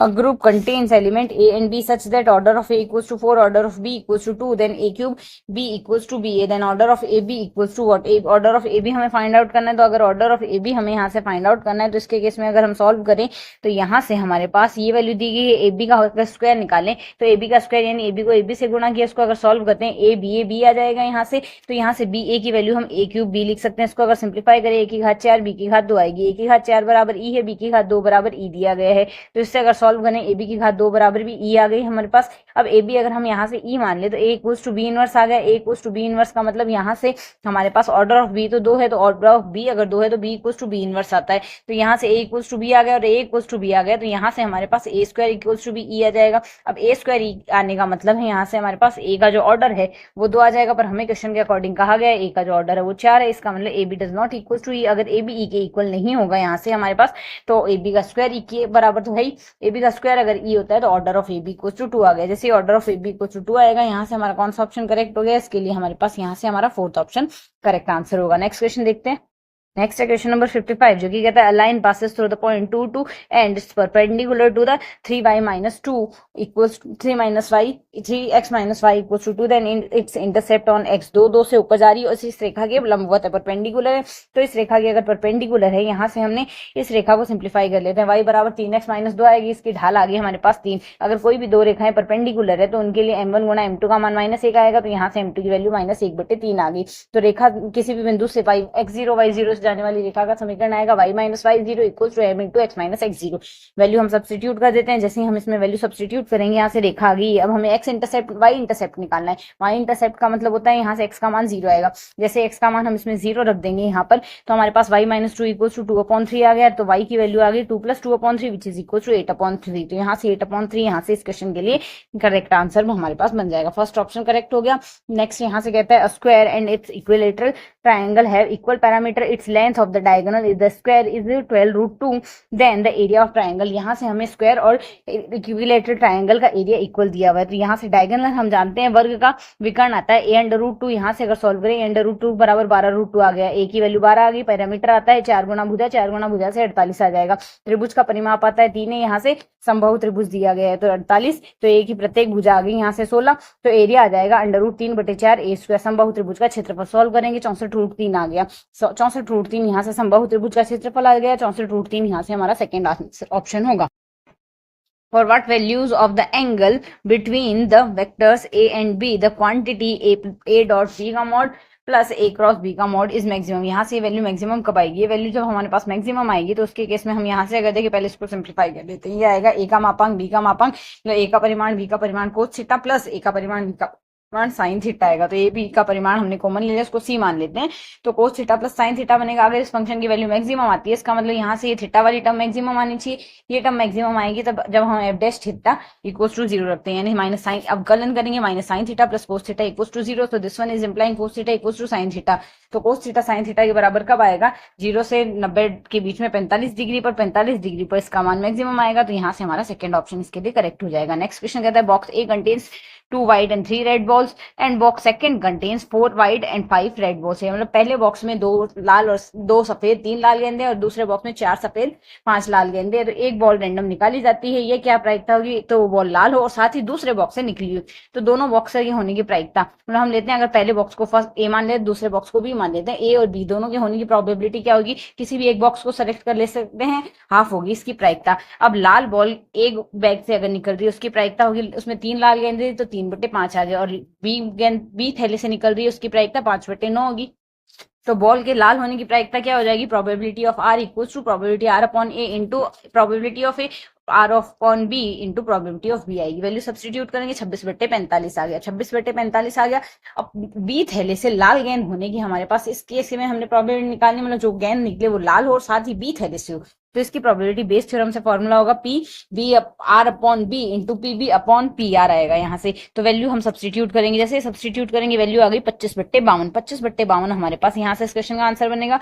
तो 25/52 हो जाएगा हमारा यहाँ से ऑप्शन फर्स्ट, जो कि करेक्ट आंसर होगा।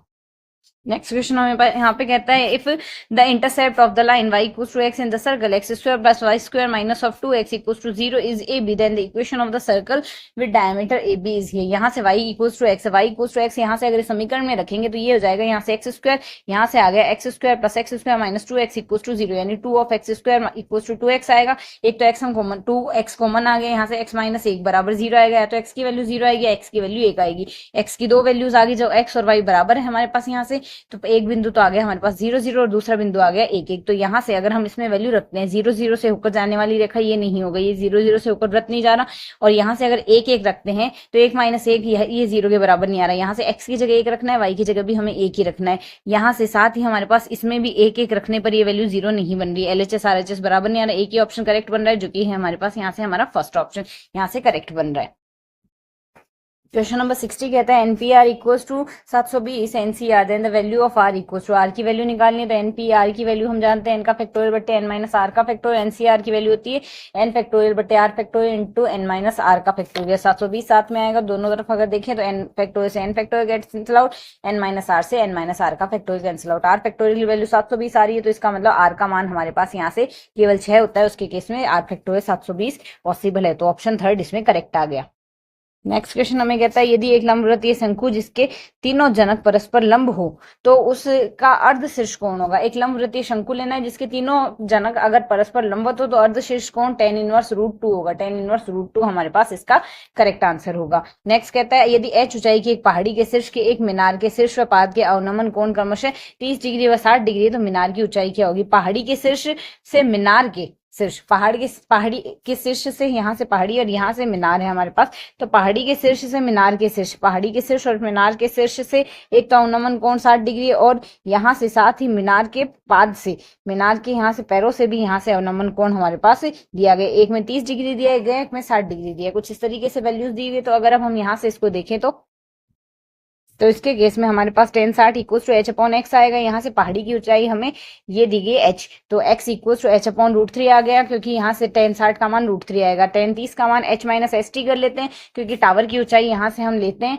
मीनार की ऊंचाई यहाँ से एच टी लेके चल रहे हैं, तो h minus h t upon x आ गया। सिंप्लीफाई करते हैं, ये वैल्यू आएगी, जिसको अगर आगे सिंप्लीफाई करते हैं तो h माइनस एच अपॉन 3 यानी 2h अपॉन 3 आ गया। तो यहाँ से हमारे पास 2h अपॉन 3 इसके लिए करेक्ट आंसर बनेगा। नेक्स्ट है द सिस्टम ऑफ इक्वेशन, ये सिस्टम ऑफ इक्वेशन दिया गया, इसमें नॉन जीरो सॉल्यूशन होगा, तो अल्फा की वैल्यू क्या होगी, अगर ax इक्वल टू 0 है और a का डिटरमिनेंट अगर नॉन जीरो आता है, उसके केस में यूनिक जीरो सॉल्यूशन बनता है, पर हमें यहाँ से कहा गया नॉन जीरो सॉल्यूशन है, तो नॉन जीरो सॉल्यूशन है, इसका मतलब यहाँ से डिटरमिनेंट 0 आएगा, इनफाइनाइट नंबर ऑफ सॉल्यूशन बनेंगे। तो यहाँ से ये सारणिक के फॉर्म में लिख दिया हमने एक्स वाई जेड के गुणांकों को, सारणिक को सरल कर लेते हैं। जैसे हम सरल करेंगे, अल्फा की वैल्यू आ गई -3, अल्फा की वैल्यू -3 रिप्रेजेंट करता है, इसके लिए अल्फा इक्वल टू -3 पर इनफाइनाइट नंबर ऑफ सॉल्यूशन होंगे। नेक्स्ट कहता है for the group z star, z set of integer star, इसमें डिफाइन की गई संक्रिया है जो कि a star b equal to a plus b plus 1 for all a b belongs to z। तो a का इनवर्स हमने फाइंड आउट करना है, a का इनवर्स यहाँ से होगा क्या, तो अगर a का इनवर्स हम यहाँ से देखें, हम मानते हैं आइडेंटिटी इसका e है, तो a स्टार e की वैल्यू अगर a आ रही है तो a plus e plus 1 equal to a आएगा, दोनों पक्षों में a से कैंसिल आउट कर देते हैं, e की वैल्यू -1 आ गई, e की वैल्यू -1 आ गई, हम मानते हैं a के संगत a इनवर्स है, इसका विलोम प्रतिलोम तो -1 आइडेंटिटी के बराबर आना चाहिए। इसको अगर सिंप्लीफाई करें, यहाँ से ये वैल्यू आएगी, तो a इनवर्स की वैल्यू आ गई -2 -a, तो -2 -a हमारे पास यहाँ से फोर्थ ऑप्शन है, जो कि इसके लिए करेक्ट आंसर बनेगा। यदि a हमारे पास इस प्रकार है कि del cross a equal to 0 है, तो a कहलाएगा, अगर del cross a equal to 0 and curl of a equal to 0, curl of a equal to 0, तो a घूर्णी सदिश कहलाएगा। यहाँ से हमारे पास ए रोटेशनल वेक्टर, ये हमारे पास यहाँ से कहलाता है। नेक्स्ट है यहाँ से समीकरण दी गई x square minus of 2√3 x plus 3 equal to 0। इसके केस में अगर हम यहाँ से देखें, मूलों की प्रकृति हमें बतानी है क्या होगी, मूलों की प्रकृति हम यहाँ से देखें तो यहाँ से दो मूल आएंगे, इसके मान लेते हैं अल्फा बीटा या फिर ए बी, अल्फा बीटा प्रकार से हम मूल मान देते हैं, इसके मूल है अल्फा बीटा, तो अगर अल्फा बीटा इसके मूल है, यहाँ से मूलों का योग हमारे पास 2√3 आएगा और मूलों का गुणा 3 के इक्वल आएगा, इस तरीके से आएगा। अब यहाँ से अगर इसको ax square plus bx plus c से अगर कंपेयर करते हैं, b स्क्वायर माइनस 4ac की वैल्यू क्या आ रही है, b स्क्वायर माइनस 4ac की वैल्यू 0 आएगी, 0 आने का मतलब इक्वल रूट होंगे। और यहाँ से अगर मूलों का हम योग की चर्चा करें, 2√3 है, तो ये हमारे पास अपरिमेय संख्या है, योग अपरिमेय संख्या आ रहा है और रूट इक्वल आ रहे हैं, तो इक्वल एंड यहाँ से हमारे पास क्या वैल्यू आ जाएगी, एक तो इक्वल आनी चाहिए, साथ ही इरेशनल आनी चाहिए, equal and irrational, fourth option इसके लिए हमारे पास करेक्ट आंसर बन जाएगा। नेक्स्ट क्वेश्चन अगर हम यहाँ से देखें, उसके केस में वैल्यू बनेगी, नेक्स्ट क्वेश्चन कहता है फॉर द परमुटेशन, परमुटेशन ये देना number of transposition find out करना, नंबर ऑफ ट्रांसपोजिशन अगर देखें तो यहाँ से एक की इमेज हमें 2 दी गई है, 2 की इमेज 3 है, 3 की इमेज 4 है, 4 की इमेज 5 है, 5 की इमेज 1 है, साथ ही 8 की इमेज 9 है, 9 की इमेज 8 है और 6 और 7 की सेल्फ इमेज है। तो यहाँ से इसके लिए हमारे पास कितने बनेंगे, इसकी लंबाई 5 है, ट्रांसपोजिशन इसके बनेंगे 4 और एक ट्रांसपोजिशन ये है 4 और एक हमारे पास क्या वैल्यू आ गई 5, तो इस प्रकार टोटल 5 ट्रांसपोजिशन इसमें बनेंगी। नेक्स्ट कहता है यहाँ से length of subnormal, length of subnormal to the curve y square equals to x cube at the point 4,8, 4,8 पर सब नॉर्मल की लेंथ बतानी है इस कर्व के लिए। y equals to x cube, y square equals to x cube दिया है, दोनों पक्षों का अवकलन कर देना, 2y dy upon dx equals to 3x square आ गया। लेंथ ऑफ सब नॉर्मल होती है y dy अपॉन dx, तो y dy अपॉन dx की वैल्यू आएगी 3x स्क्वायर अपॉन 2, तो यहाँ से 4,8 पे निकालना, x की वैल्यू 4 लेनी है, जैसे x की वैल्यू 4 लेंगे वैल्यू आएगी 24, यहाँ से इसका आंसर आ गया हमारे पास 24, which is the required solution for this question. Next कहता है the straight line, straight line दी गई 3x minus 4y plus 4 equals to 0, 6x minus 8y plus 13 equals to 0 are two tangent line to the same circle then the radius of the circle is. तो यहाँ से हम देखें तो ये दोनों रेखाएं हमारे पास समांतर रेखाएं, दो समांतर रेखाएं हैं, यहाँ से ax plus by plus c1 equals to 0, ax plus by plus c2 equals to c1 c2 में तो डिफरेंस आ रहा है, तो दो समांतर रेखाओं के बीच की हमारे पास दूरी आती है c2 माइनस c1 का mod upon a square plus b square आएगा। पहली रेखा ये है, दूसरी रेखा में अगर 2 का भाग दे दें इक्वेशन बनेगी, तो यहाँ से ax प्लस by की वैल्यू तो सेम आ रही है, c की वैल्यू 4 और 13/2 है, तो 13/2 माइनस 4/3 का स्क्वायर प्लस 4 का स्क्वायर, यानी यहाँ से स्क्वायर रूट करेंगे 5 आ गई वैल्यू और ये आ गया 5/2, 5 और 5 कैंसिल आउट हो गया 1/2, ये व्यास है तो यहाँ से त्रिज्या निकालने, त्रिज्या की वैल्यू आ जाएगी 1/4, जैसे 1/4 त्रिज्या आती है तो हमें त्रिज्या फाइंड आउट करनी, फर्स्ट ऑप्शन करेक्ट हो जाएगा। क्वेश्चन नंबर 70 कहता है exponential of x into x minus one upon x plus one का whole cube dx equal to, इस इंटीग्रेशन की हमने वैल्यू फाइंड आउट करनी है। जैसे इस इंटीग्रेशन की वैल्यू हमने यहाँ से फाइंड आउट करनी है, तो यहाँ से अगर देखें इसको हम सिंप्लीफाई करके इसमें एक जोड़, इसको हम ये लिख सकते हैं, इसमें एक जोड़ देते हैं और एक घटा देते हैं। तो जैसे एक जोड़ेंगे एक्स प्लस वन बनेगा, एक घटाएंगे तो एक और एक दो हो गई, ये वैल्यू आ गई। इनको अलग अलग कर लेते हैं। तो पहले में ये बन रहा है माइनस टू इंटू ये बन रहा है, तो उसको अगर सॉल्व करेंगे एक्स प्लस वन से x plus one cancel out हो गया, ये वैल्यू आ गई, साथ ही दूसरे की वैल्यू आएगी। यहाँ से अगर हम देखें तो इसके केस में हम यहाँ से इसको लिख सकते हैं, इसमें हम एक्सपोनेंशियल फर्स्ट और सेकंड पार्ट मान के करते हैं। फर्स्ट पार्ट एक्सपोनेंशियल एक्स को एज इट इज रख देते हैं, यहाँ से one upon one plus x plus one के होल स्क्वायर को तो एज इट इज रख देते हैं, एक्सपोनेंशियल एक्स का इंटीग्रेशन कर देते हैं। इंटीग्रेशन कर दिया माइनस, इस बार एक्सपोनेंशियल एक्स का इंटीग्रेशन करेंगे तो ये one upon x plus one के होल स्क्वायर का डिफरेंशिएशन करेंगे तो माइनस दो आ गया और घात होगी तीन, dx आ गया और ये वैल्यू हमने एज इट इज रखी थी। तो अगर हम इसको अब आगे यहाँ से देखें तो हमने सिंप्लीफाई करके, तो यहाँ से ये वैल्यू तो प्लस आ रही है, माइनस माइनस प्लस हो गया, ये वैल्यू माइनस से दोनों आपस में कैंसिल आउट हो गई। एक्सपोनेंशियल एक्स बट्टे एक्स प्लस वन का होल स्क्वायर आ गया, एक्सपोनेंशियल एक्स बट्टे एक्स प्लस वन का होल स्क्वायर हमारे पास बन रहा है। तो एक्सपोनेंशियल एक्स बट्टे एक्स प्लस वन का whole square plus integration constant C, यानी हमसे हमारा फर्स्ट ऑप्शन करेक्ट आंसर हो रहा है। नेक्स्ट क्वेश्चन कहता है सेंटर ऑफ द कॉनिक, यहाँ से इसका सेंटर बताना है। तो अगर इसका सेंटर बताना है तो यहाँ से इसका एक बार एक्स के सापेक्ष अवकलन करके 0 के बराबर रख देंगे, एक बार वाई के सापेक्ष अवकलन करके 0 के बराबर रख देंगे, एक्स और वाई की वैल्यू आ जाएगी, वही रिक्वायर्ड सॉल्यूशन होगा। तो अब अगर हम यहाँ से देखें, जैसे ही हम इसमें देखते हैं एक्स के सापेक्ष अवकलन करेंगे ये वैल्यू आएगी और वाई के सापेक्ष अवकलन से ये वैल्यू आएगी। तो अगर दोनों इक्वेशन को सिंप्लीफाई करें, सिंप्लीफाई करने के लिए ये कर सकते हैं, सेकंड इक्वेशन को 2 से मल्टीप्लाई कर दिया, ये वैल्यू आ गई। अब एक तो फर्स्ट इक्वेशन है हमारे पास, एक सेकंड इक्वेशन, दोनों को ऐड कर दे, 2x से 2x कैंसिल आउट, ये आ गया माइनस का 5y, 6 से 6 कट गया। तो यहाँ से y इक्वल टू 0 आ गया, y की वैल्यू 0 हम किसी भी इक्वेशन में सब्स्टिट्यूट कर दे तो x की वैल्यू आ जाएगी हमारे पास यहाँ से 3, x की वैल्यू 3 आ गई, y की वैल्यू 0 आ गई। ये होगा हमारा सेंटर, x की वैल्यू 3 और y की वैल्यू 0। सेकंड थर्ड ऑप्शन इसके लिए करेक्ट आंसर है। नेक्स्ट है solution of the differential equation. Differential equation का सॉल्यूशन निकालना है, n+3 है, un+2 un+1 इस फॉर्मेट में है, तो un+3 को हम r क्यूब लिखेंगे, r cube minus 2r square minus of 5r plus of 6 equals to, हमारे पास यहाँ से हम 0 लेंगे तो r की वैल्यू हमने फाइंड आउट करनी है, r cube minus 2r square minus 5r plus 6 equals to 0। तो यहाँ से r इक्वल्स टू अगर 1 रखते हैं तो एक तो यहाँ से जैसे r इक्वल्स टू 1 रखेंगे उसमें 0 आ रही है, बाकी हम r इक्वल्स टू 1 रख के इससे डिवाइड भी तो कर सकते हैं, डिवाइड करेंगे यहाँ से, तो सिंप्लीफाई करने से r+2 और r-3 भी इसके फैक्टर बनेंगे। तो यहाँ से un equals to c1 plus c2 plus c3 आएगा, c1 इंटू 1 की पावर n, c2 इंटू -2 की पावर n और c3 इक्वल्स टू 3 की पावर n। 1 -2 और 3 इसके लिए सॉल्यूशन बन रहे हैं, 1 -2 और 3, 1 -2 और 3, यहाँ से हमारा फोर्थ ऑप्शन इसके लिए correct answer.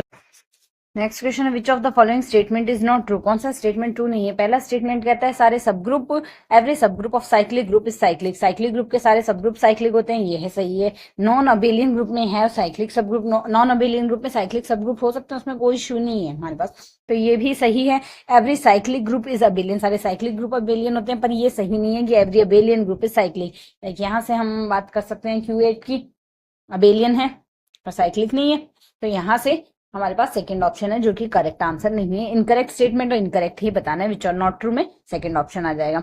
A B c are the unit coplanar vectors, then the value of scalar triplets of the product, इसके स्केलर ट्रिपलेट की वैल्यू बतानी है। तो यहाँ से ए बी सी हमें कोप्लेनर दिए गए हैं, अगर ए बी सी हमारे पास कोप्लेनर है तो इनका यहाँ से हम इसको अगर एक मैट्रिक्स फॉर्मेट में लिखे, यहाँ से इसका डायरेक्ट स्केलर प्रोडक्ट 0 आएगा, a B c matrix format में 0 आएंगे, हमें ये वैल्यू दी है। इसमें यहाँ से 2a 2b 2c, यहाँ से इन तीनों को एक अलग मैट्रिक्स में लिख सकते हैं, माइनस बाहर लेके b c और a को बाहर लिख सकते हैं। तो यहाँ से a b c अगर स्केलर ट्रिपलेट में है, इसकी वैल्यू 0 है तो b c a की वैल्यू भी तो 0 ही आएगी रिस्पेक्टिवली। इसमें से अगर 2 कॉमन निकाल लेंगे a b c बनेगा, इसकी वैल्यू भी 0, दोनों की वैल्यू अगर रिस्पेक्टिवली 0 आ रही है तो यहाँ से इसकी फाइनल वैल्यू क्या आ जाएगी 0। तो यहाँ से इस ट्रिपलेट की वैल्यू भी हमारे पास यहाँ से क्या बनेगी, इसकी वैल्यू भी बन रही है यहाँ से 0। तो सेकंड ऑप्शन इसके लिए करेक्ट आंसर होगा। For two events A and B is the given that probability of A equals to probability of A/B equals to 1/4 आ रही है, respectively probability of B/A equals to 1/2 आ रही है। तो हमें क्या फाइंड आउट करना है, इनमें से कौन सी वैल्यू करेक्ट होगी। तो अगर हम यहाँ से देखें, probability of A हमें दिया गया है 1/4 बी अपॉन ए अगर निकालें intersection B upon probability of A आएगा, तो probability of A intersection B क्या आएगा, बी अपॉन ए की वैल्यू हमें हाफ दी गई, इसको क्रॉस मल्टीप्लाई कर देते हैं 1/4 से, तो 1/8 आ गया। Probability of A upon B की वैल्यू आएगी intersection B upon probability of B, A upon B की वैल्यू 1/4 दी है, इसकी वैल्यू 1/8 आई है। प्रोबेबिलिटी ऑफ बी की वैल्यू सिंप्लीफाई करने से 1/2 आ गई। पी ए इंटरसेक्शन बी की वैल्यू आ रही P A into P B, ये कंडीशन अगर आ रही है तो इसके केस में हमारे पास ये कौन सा केस होगा, इंडिपेंडेंट होगा। तो A and B are independent, तो A and B are independent, then यहाँ से इंडिपेंडेंट का तो कोई ऑप्शन ही नहीं है, तो एक तो इंडिपेंडेंट आएगा। साथ ही क्यों एग्जिस्ट नहीं करेगा, इंडिपेंडेंट आने से डिस्कार्ड हो गया। पी ए अपॉन बी अगर एग्जिस्ट करे, P A minus A B upon B bar भी एग्जिस्ट करेगा, तो ये भी डिस्कार्ड हो गया। और यहाँ से इसकी वैल्यू अगर देखते हैं तो P A upon B bar, इसका बार हमारे पास आएगा 1 minus P A upon P B, तो पी ए अपॉन बी की वैल्यू आ रही है 1/4, 1 माइनस 1/4 3/4 आ रहा है, तो यहाँ से इसका थर्ड ऑप्शन करेक्ट हमारे पास आंसर हो जाएगा। नेक्स्ट क्वेश्चन कह रहा है क्वेश्चन नंबर 76, यहाँ से sum of are equals to 0 to n 3 की power r n c r equals to, हमें बताना है क्या होगा। तो यहाँ से अगर देखें हम r की वैल्यू 1 लेते, n की वैल्यू 1 ले लेते, जैसे n की वैल्यू हम 1 लेंगे तो यहाँ से हमारे पास ये एक्सप्रेशन सिंप्लीफाई होकर क्या बन जाएगा, n इक्वल्स टू 1 लेने से यहाँ से पहले तो 0 के लिए लिखेंगे, r इक्वल्स टू 0 पे वैल्यू बनेगी 3 की पावर 0 यानी 1 आ गया, 1c0 यानी 1 ही आएगा, तो 1 आ गया। और r की वैल्यू अगर हम 1 लेंगे तो 3 की पावर 1 1c1 आएगा, वैल्यू 3 आ गई। सिंप्लीफाई करते हैं 3 + 1 इक्वल्स टू 4, तो यहाँ से हमारे पास r equals to n equals to 1 लेने से ओवरऑल वैल्यू 4 आ रही है, तो 4 आने पर हमारे पास सिर्फ ये थर्ड ऑप्शन करेक्ट हो रहा है, बाकी डिस्कार्ड हो रहे हैं। बाकी डिस्कार्ड होने से हम काउंटर एग्जांपल से यहाँ से हमने थर्ड ऑप्शन करेक्ट कर देना है। नेक्स्ट हमारे पास कहता है if the value of the determinant की वैल्यू अगर हमारे पास 0 है, ए बी सी की वैल्यू -3 है, तो हमें A B B C C A की वैल्यू निकालनी है। सबसे पहले सारणी को हम सरल करेंगे, सारणी को अगर हम सरल करते हैं तो हमारे पास यहाँ से एक्सप्रेशन बनेगा ये, इसको थोड़ा और सिंप्लीफाई कर लेते हैं, सिंप्लीफाई करने से वैल्यू आएगी, इसको आगे सिंप्लीफाई करेंगे तो ये वैल्यू आएगी। ए बी सी को पक्षांतरित कर लेते हैं, पक्षांतरित करने से माइनस ए बी सी आ जाएगा, a B B C C ए आ गया, तो इसकी वैल्यू हमारे पास -3 दी है, तो माइनस माइनस +3, तो overall A B B C C A की वैल्यू हमारे पास क्या आ गई, यहाँ से +3 आ गई, तो हमारा सेकंड ऑप्शन करेक्ट आंसर हो जाएगा। नेक्स्ट क्वेश्चन कहता है the equation of p x square -10xy + 12y square + 5x -16y -3 = 0 represent a pair of lines, then the value of p is, पी की वैल्यू हमें फाइंड आउट करनी है, होगी क्या। अगर पी की वैल्यू हमें फाइंड आउट करनी है, अगर हमारे पास इक्वेशन ये है ax² + 2hxy + by² + 2gx + 2fy + c = 0, ये पेयर ऑफ स्ट्रेट लाइन को रिप्रेजेंट करता है हमारे पास। यहाँ से अगर हमारे पास abc + 2fgh - af² - bg² - ch² = 0 आ जाए, तो इसमें अगर कंपेयर करके वैल्यू रखते रहे, a की जगह तो p है, बी की जगह 12 है, सी की जगह 3 है, ABC + 2fgh - af² - bg² - ch² = 0, simplify करेंगे तो यहाँ से हमारे पास वैल्यू बनेगी -100, p बराबर 200, तो p की वैल्यू आ गई हमारे पास 2, p की वैल्यू 2 आने से हमारे पास यहाँ से हमारा सेकंड ऑप्शन करेक्ट हो गया। नेक्स्ट है the maximum value of the 5 cos theta + 3 cos theta + π/3 + 2 is, इसकी हमने वैल्यू निकालनी है, इसकी वैल्यू आएगी। तो अब अगर हम यहाँ से देखें, हम कोस a + b की वैल्यू हम जानते हैं, cos a cos b - sine a sine b आएगा, तो मैक्सिमम वैल्यू अगर हम यहाँ से देखें a cos theta + -b sign theta की वैल्यू आती है √a² + b², तो यहाँ से हमें कोस थीटा + π/3 दिया है, तो कोस π/3 की वैल्यू तो आएगी हमारे पास यहाँ से 3/2, साइन π/3 की वैल्यू आएगी √3/2, तो वैल्यू सिंप्लीफाई कर लिए हमने यहाँ से। तो अगर इसको सिंप्लीफाई करें यहाँ से, इसमें अगर आगे और देखते हैं तो 13/2 3/2 कोस थीटा आ रहा है, और 3√3/2 साइन थीटा आ रहा है। यहाँ से सिंप्लीफाई करने से हमारे पास ये वैल्यू बन रही है, साथ ही आ रहा है हमारे पास यहाँ से 3, तो अगर इसको हम सिंप्लीफाई करें 13/2 ही बन रहा है यहाँ से, तो 13/2 का स्क्वायर प्लस 3√3/2 का स्क्वायर प्लस यहाँ से 3 आएगा स्क्वायर रूट में, इसको सिंप्लीफाई करेंगे वैल्यू आ जाएगी 7 + 3 10, तो यहाँ से इस क्वेश्चन का आंसर बनेगा हमारे पास 10। क्वेश्चन नंबर है 80 जो कि कहता है if AI is demand unit and BJ is available unit on the transportation problem, then the condition of the balanced transportation problem is, balance condition हमारे पास transportation problem की हमारे पास यहाँ से होगी sum of AI equals to sum of BJ आएगी, तो पक्षांतरित करके यहाँ से माइनस आ गया। नेक्स्ट क्वेश्चन कहता है the eccentricity of the ellipse 25x² + 16y² - 150x - 175 = 0 की एसेंट्रिसिटी हमें बतानी है। सबसे पहले यहाँ से अगर हम सॉल्व करें, यहाँ से x² x वाले टर्म्स को एक साथ लिख के इसको सिंप्लीफाई करके पूर्ण वर्ग बनाया है, सेम केस में y² को किया है, RHS में ले गए हैं, बाकी बची हुई कांस्टेंट वैल्यूज को, इसको सिंप्लीफाई करेंगे ये वैल्यू बनेगी, तो x माइनस इस पूरी समीकरण में हमने 25 × 16 का भाग दे दिया। जैसे 25 गुणा 16 का भाग देंगे 400 बनेगा, मतलब 400 का दोनों पक्षों में भाग दे दिया। एलएचएस में तो ये बना यहाँ से, और आरएचएस में आ गया इक्वल्स टू 1। ये हमारे पास दीर्घवृत्त का समीकरण। इस दीर्घवृत्त के लिए एसेंट्रिसिटी ई इक्वल्स टू आएगी 1 माइनस ए स्क्वायर अपॉन बी स्क्वायर का स्क्वायर रूट। तो ए और बी के हमने यहाँ से वैल्यू सिंप्लीफाई कर दी, जो की वैल्यू आएगी 3/5। इसकी एसेंट्रिसिटी बनेगी हमारे पास यहाँ से 3/5, which is the required solution for this question. Next है the length of the perpendicular from the point 1 2 3 to the line. इस लाइन से इस रेखा की परपेंडिकुलर डिस्टेंस हमारे पास क्या आएगी, वो बतानी है, लेंथ ऑफ परपेंडिकुलर। तो यहां से अगर देखें इस रेखा पर अगर किसी बराबर इक्वल्स टू लैम्डा हम माने तो किसी बिंदु के निर्देशांक आएंगे 3 lambda plus 6, 2 lambda plus 7 minus 2 lambda plus 7 आएंगे। तो यहाँ से P और M के बीच की दूरी हमारे पास ये आ गई। अब PM जो है हमारे पास इस रेखा के लंबवत है, तो रेखा के लंबवत है तो A1 A2 B1 B2 C1 C2 की वैल्यू हमारे पास 0 आएगी। तो उसके कंपैरिजन में हमने वैल्यू देख ली, यहाँ से डॉट इक्वल्स टू 0 लिख दिया। लैम्डा की वैल्यू सिंप्लीफाई कर देंगे। जैसे हम लैम्डा की वैल्यू सिंप्लीफाई करके सब्स्टिट्यूट करते हैं, M की वैल्यू आ गई।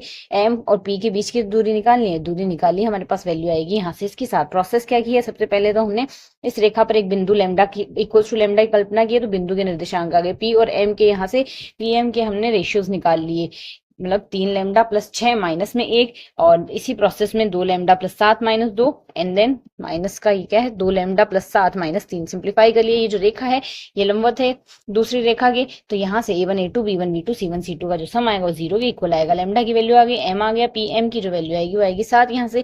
तो PM इक्वल टू 7 से हमारे पास थर्ड ऑप्शन करेक्ट आ गया है।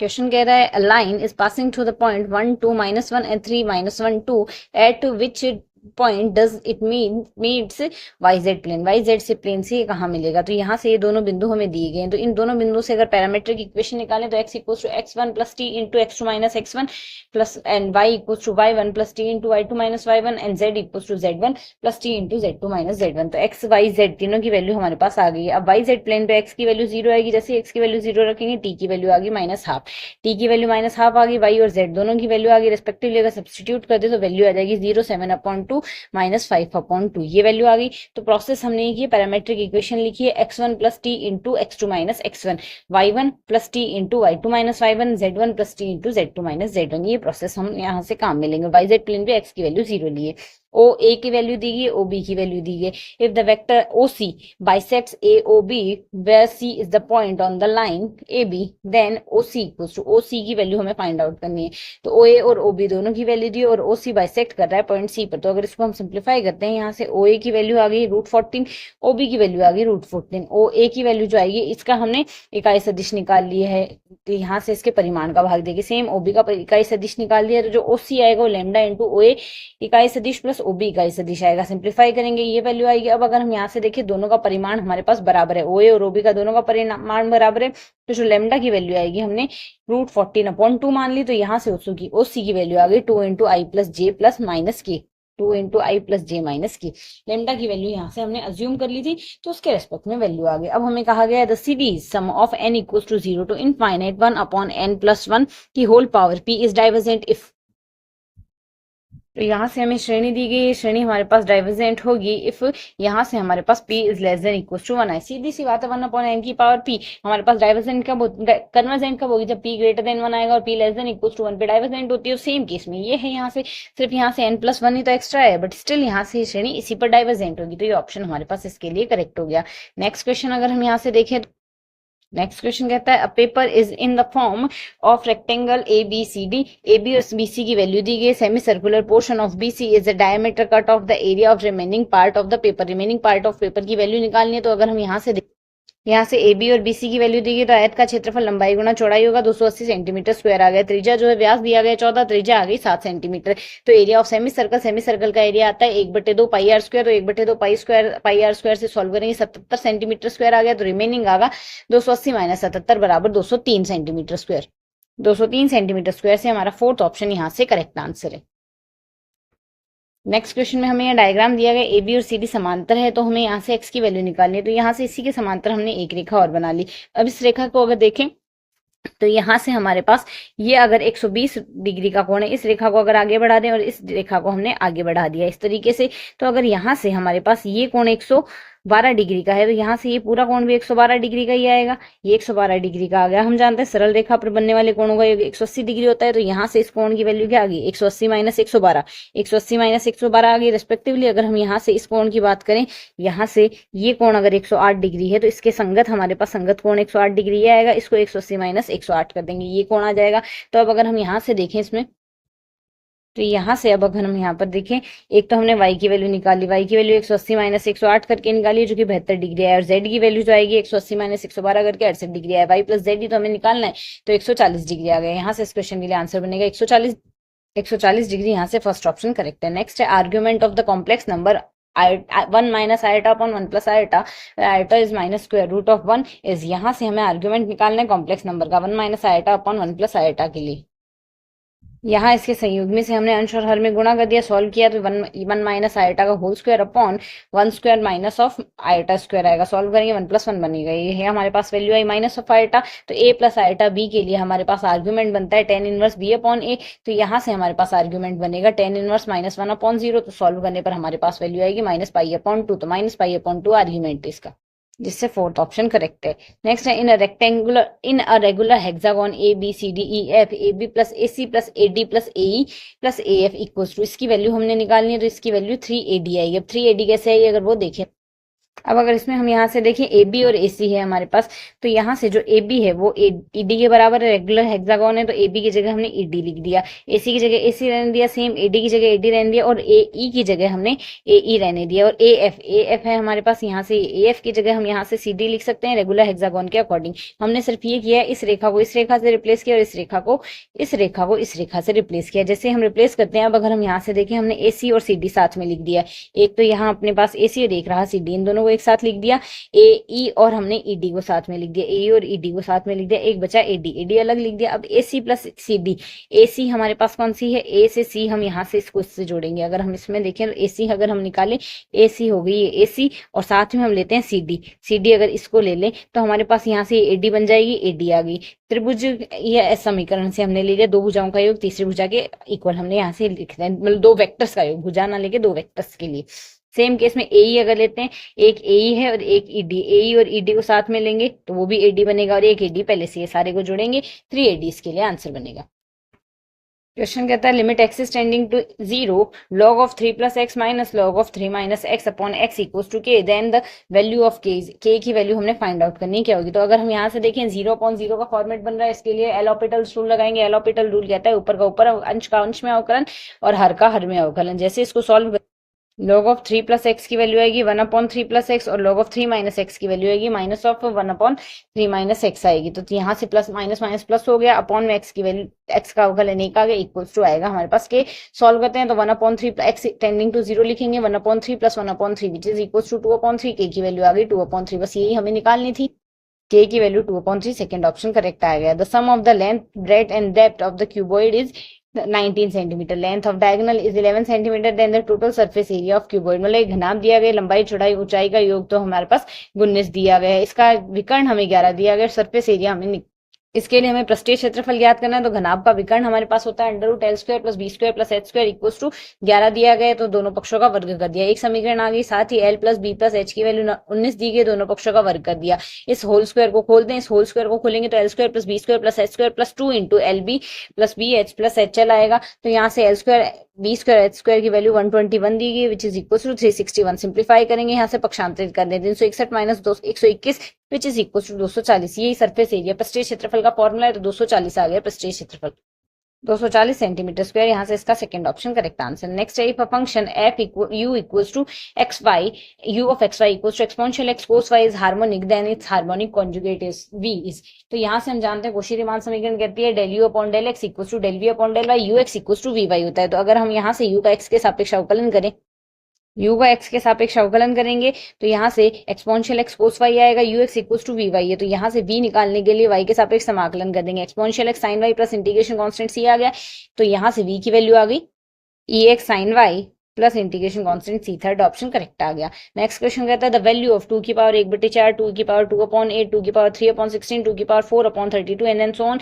इसकी वैल्यू हमें निकालनी है। आधार सेम है तो घातें जुड़ जाएंगी, तो यहाँ से हम इस घातों को अगर s के इक्वल मान ले एस की वैल्यू हमारे पास आ रही है 1/4, 2/8, 3/16, 4/32 एंड देन सो ऑन। इसको एस के इक्वल मान लिया, दोनों पक्षों में 2 का भाग दे देते हैं, तो यहाँ से LHS 1/8 हो गया, यहाँ से 2/16, 3/32 and 4/64 and then so on हो गया। तो यहाँ से एक समीकरण से दूसरे समीकरण हमने घटा ली, तो यहाँ से हम ये कर रहे हैं, पहला पद तो हमने एज इट इज लिख दिया, ये जो दूसरा पद है 1/8 में से 2/8 में से 1/8 को घटा दिया, 3/16 में से 2/16 को यहाँ से इस तरीके से घटाया, तो अंश सब में एक एक एक आ गया, हर में यहाँ से 8, 16, 32 एंड देन सो ऑन गया। ये हमारे पास गुणोत्तर श्रेणी बन गया, जिसका प्रथम पद तो है 1/4, आर की वैल्यू है 1/2, तो A/1 माइनस आर आ गया, क्योंकि आर लेस देन 1 है, तो S/2 LHS तो आ गया, S/2 RHS आ गया। इसको सिंप्लीफाई करेंगे, 1/2 वैल्यू आ गई, एस की वैल्यू आ गई हमारे पास 1। अब हमने 2 की पावर एस से तो निकालना है, क्वेश्चन में 2 की पावर इन सब का सम ही तो था, तो 2 की power S equal to S की वैल्यू 1 है, तो 2 की पावर 1 इक्वल टू 2 आ गया।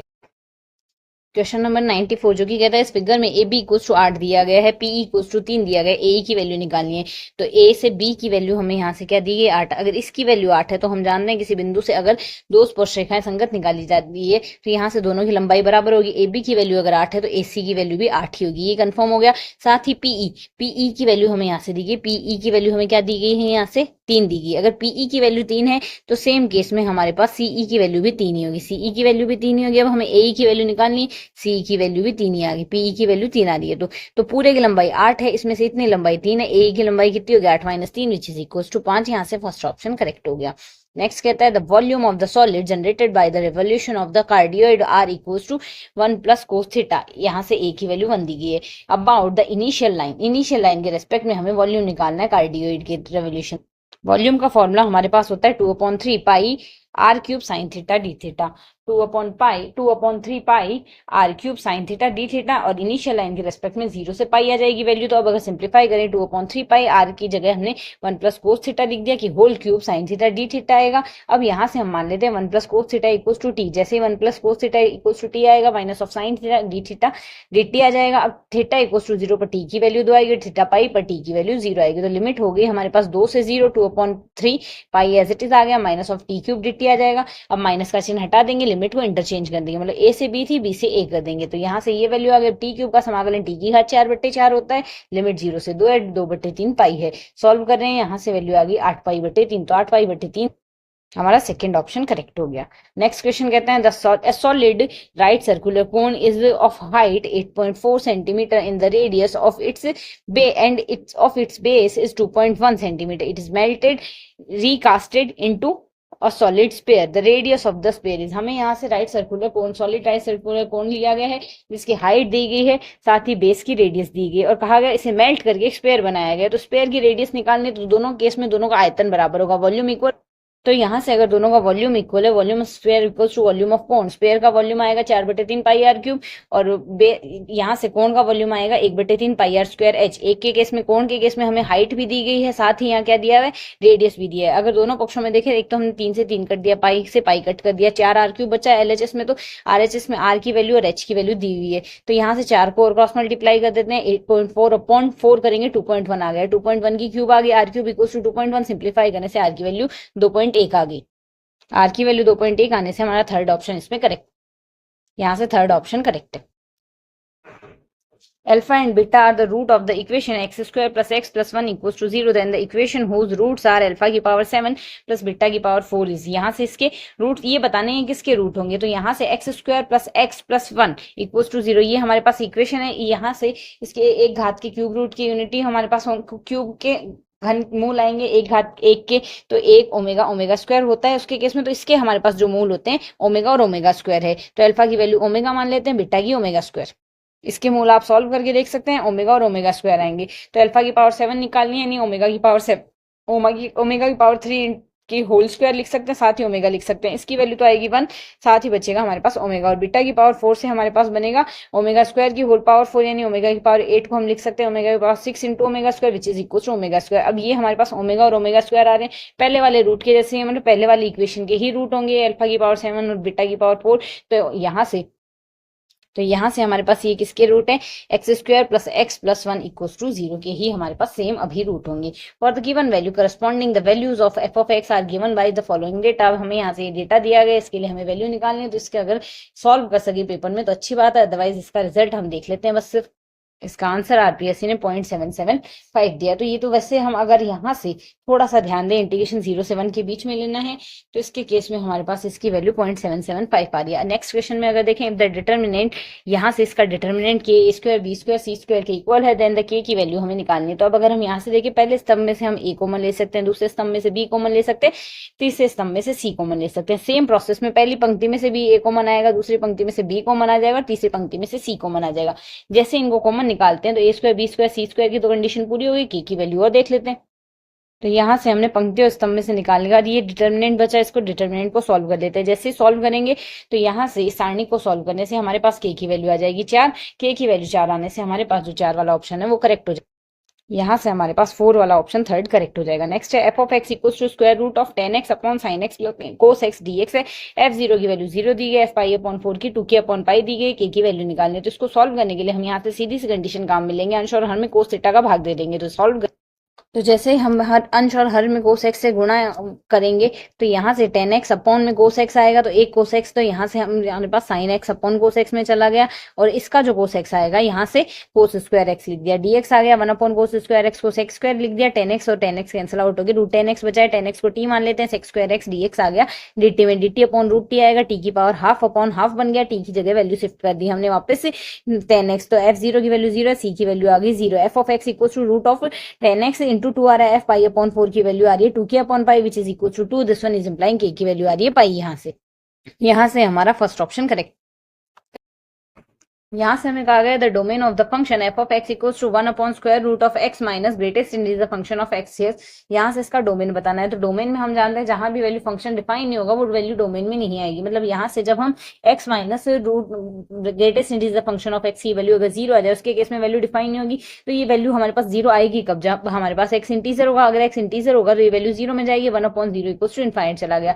इंटीजर होगा तब ये हमसे डोमेन में डिफाइन नहीं होगा, तो डोमेन में इंटीजर नहीं आएंगे, आर माइनस जेड यहाँ से इसकी वैल्यू आएगी, बाकी हर जगह फंक्शन डिफाइन होगा। नेक्स्ट है 9x प्लस 9 की घात x प्लस 2 बराबर 720 प्लस 9 की घात x, then the value of x upon 2 की पावर 2 अपॉन x की वैल्यू हमें यहाँ से फाइंड आउट करनी है। तो अगर हम इसके लिए वैल्यू देखें तो हमें यहाँ से दिया गया है ये वैल्यू, तो यहाँ से 9x प्लस 2 को हम लिख सकते हैं 9 की घात x गुणा 9 की घात 2 बराबर 720 प्लस 9 की घात x। अब यहाँ से 9 की घात x कॉमन ले लेते हैं, 9 की घात 2 आएगा 81, और इसका हमने पक्षांतरण कर दिया तो -1 आ गया, 720 आ गया, 81 माइनस 1 80 हो गया, 80 को वज्र गुणा कर दिया, 720 बटे 80 का मान आ गया 9, 9 की घात x बराबर 9 आ रहा है। तो यहाँ से x की वैल्यू आ गई 1, x बटे 2 की घात 2 बटे x है, तो x बटे 2 यानी 1 बटे 2 की घात 2 है, 1 बटे 2 की घात 2 आएगा 1 बटे 4, तो 1 बटे 4 आने से हमारे पास यहाँ से हमारा कौन सा ऑप्शन करेक्ट हो गया, 1 बटे 4 वाला ऑप्शन हमारे पास इसके लिए हमारे पास करेक्ट हो जाएगा। नेक्स्ट क्वेश्चन कहता है the value of the integral integration 0 to 1 square root of 1 minus of x upon 1 plus x आएगा। यहाँ से इसके हर का परिमेयकरण करें तो सॉल्व करेंगे, वैल्यू आएगी। तो यहाँ से हम जैसे इसमें हर का परिमेयकरण करेंगे तो यहाँ से 1 माइनस एक्स से अंश में गुणा करेंगे तो ऊपर तो आएगा 1 माइनस एक्स का होल स्क्वायर, अंडर रूट हट जाएगा, और नीचे आएगा 1 प्लस एक्स 1 माइनस एक्स, यानी 1 minus x square 1 minus x square, square root साथ में आएगा, dx आएगा। तो पहले तो हम इसको 1 बट्टे ये लिखते हैं 1 बट्टे under root 1 minus x square, इसकी वैल्यू तो आएगी इंटीग्रेशन से साइन इनवर्स एक्स। अब हम यहाँ से इस वैल्यू को इसके साथ लिखते हैं x बट्टे under root 1 minus x square में। तो यहाँ से इसको अगर सॉल्व करते हैं, इसमें 1 माइनस एक्स स्क्वायर को t मानेंगे तो -2x dx equals to dt आ गया, x dx की वैल्यू माइनस का dt बटे 2 आ गई, और यहाँ से माइनस का dt बटे 2 रूट t आ गया। सॉल्व करेंगे t की power half upon half minus में आएगा, तो यहाँ से 2 से 2 कैंसिल आउट हो जाएगा, माइनस ऑफ t की पावर हाफ आ गया। अब t की वैल्यू रिप्लेस कर देते हैं, तो यहाँ से हमारे पास माइनस है इसके बाहर पहले से इंटीग्रेशन में, तो यहाँ माइनस माइनस हो गया plus, under root 1 minus x square 0 to 1 limit लगा दी। इसमें लिमिट लगाएंगे तो ये वैल्यू बनेगी पाई अपॉन 2 में, इसमें लिमिट लगाएंगे तो लोअर लिमिट में वैल्यू आएगी हमारे पास 1, तो यहाँ से पाई अपॉन 2 -1 इंटीग्रेशन की वैल्यू आ गई। इससे हमारे पास यहाँ से हमारा थर्ड ऑप्शन करेक्ट आंसर हो गया। क्वेश्चन कहता है if 2i plus 6j plus 27k cross i plus aj plus bk is the null vector, then 2a plus 4b की वैल्यू हमें निकालनी है। तो यहाँ से इसकी वैल्यू अगर निकालें, यहाँ से दोनों का अगर प्रोडक्ट नल वेक्टर आ रहा है, इसका मतलब यहाँ से दोनों वेक्टर का जो रेशियो रेस्पेक्टिवली आई जे के रेस्पेक्ट में एलिमेंट्स का बराबर आएगा। मतलब दो आई के गुणांक 2 बट्टे एक आ गया, बी जे के गुणांक बट्टे में लिखे 6 बट्टे ए आ गया, और 27 बट्टे बी आ गया। सॉल्व करते हैं, यहाँ से 2 बराबर 6 बट्टे ए, अर्थात यहाँ से ए की वैल्यू आएगी 6 बट्टे 2 यानी 3, और 27 बट्टे बी बराबर 2 आ रहा है, बी की वैल्यू 27 बट्टे 2 आ गई, 2a प्लस 4b निकालना है, 6 प्लस 54 जो कि आएगा हमारे पास यहाँ से 60। यहाँ से थर्ड ऑप्शन करेक्ट हो जाएगा। नेक्स्ट कहता है consider the following statement. 3 statement दिए हुए तो हम जानते हैं प्रत्येक वास्तविक संख्या या तो रेशनल होती है, इरेशनल होती है, परिमेय होती है, अपरिमेय होती है। ये स्टेटमेंट सही है जो कि कहता है every real number is either rational और इरेशनल। पाई हमारे पास एक इरेशनल नंबर अपरिमेय संख्या होती है, ये भी हम जानते हैं। और हमने यहाँ से इससे पहले क्वेश्चन में भी देखा है 2 की पावर m, 5 की पावर n, m और n अगर पॉजिटिव पूर्णांक है और बट्टे में है ये हमारे पास, तो ऐसे केस में जो संख्या आती है वो हमारे पास टर्मिनेट होती है। तो टर्मिनेट होगी यहाँ से। इसके बाद अगर हम देखें 4 प्लेसेस तक टर्मिनेट, डेसिमल के 4 प्लेसेस तक टर्मिनेट हो जाएगी। तो यहाँ से इसको अगर हम सॉल्व करते हैं 4 प्लेसेस तक ये डेसिमल के टर्मिनेट हो जाएगी। तो यहाँ से फर्स्ट, सेकंड और थर्ड तीनों स्टेटमेंट ही यहाँ पर करेक्ट आंसर है। नेक्स्ट कहता है for a matrix P equals to this one and Q equals to this one here consider the following statement. तो यहाँ से अगर हम P इंटू Q निकाल ले, इसमें पहले में तो कहा गया PQ नल मैट्रिक्स है, दूसरे में कहा गया QP आइडेंटिटी मैट्रिक्स है, तीसरे में कहा गया PQ इक्वल्स टू QP आ रहा है। तो यहाँ से अगर इसके केस में हम निकाल ले तो यहाँ से हमें जो दिया गया है उसके रेस्पेक्ट में हम वैल्यू ले। तो अगर यहाँ देखे P इंटू क्यू अगर करें, P इंटू क्यू करने से 0 0 0 आ गया।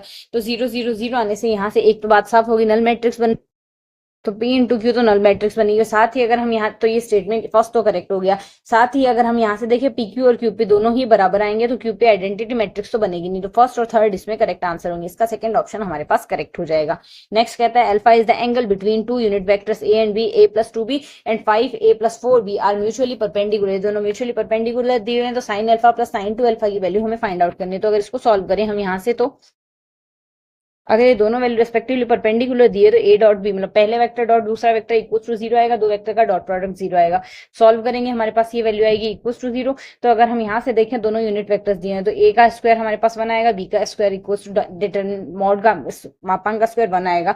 तो 5 माइनस 8 3 आ गया, 3 का पक्षांतरण कर दिया, -3 था, पक्षांतरण से +3 बन गया 6। A dot B, A dot B को हम लिख सकते हैं यहाँ से A का मापांक, A का परिमाण, B का परिमाण, कोस अल्फा कोण अल्फा है यहाँ से, which is equal to 3/6। Solve करेंगे 1/2 आ गया, बस जुगुणा से वैल्यू आ गई। A का परिमाण 1 था, B का परिमाण 1 था, तो कोस अल्फा इक्वल टू 1/2 आ गई। कोस अल्फा की वैल्यू 1/2 आ रही है, तो साइन अल्फा की वैल्यू आ जाएगी 1 माइनस 1/4 का square root, which is equal to root of 3/2। Sine alpha भी आ गया, साइन 2 अल्फा होता है 2 sine alpha cos alpha, simplify कर दिया, साइन अल्फा कोस अल्फा की वैल्यू रख के रूट 3/2 आ गया, sine alpha plus sine 2 alpha की वैल्यू आ गई रूट 3।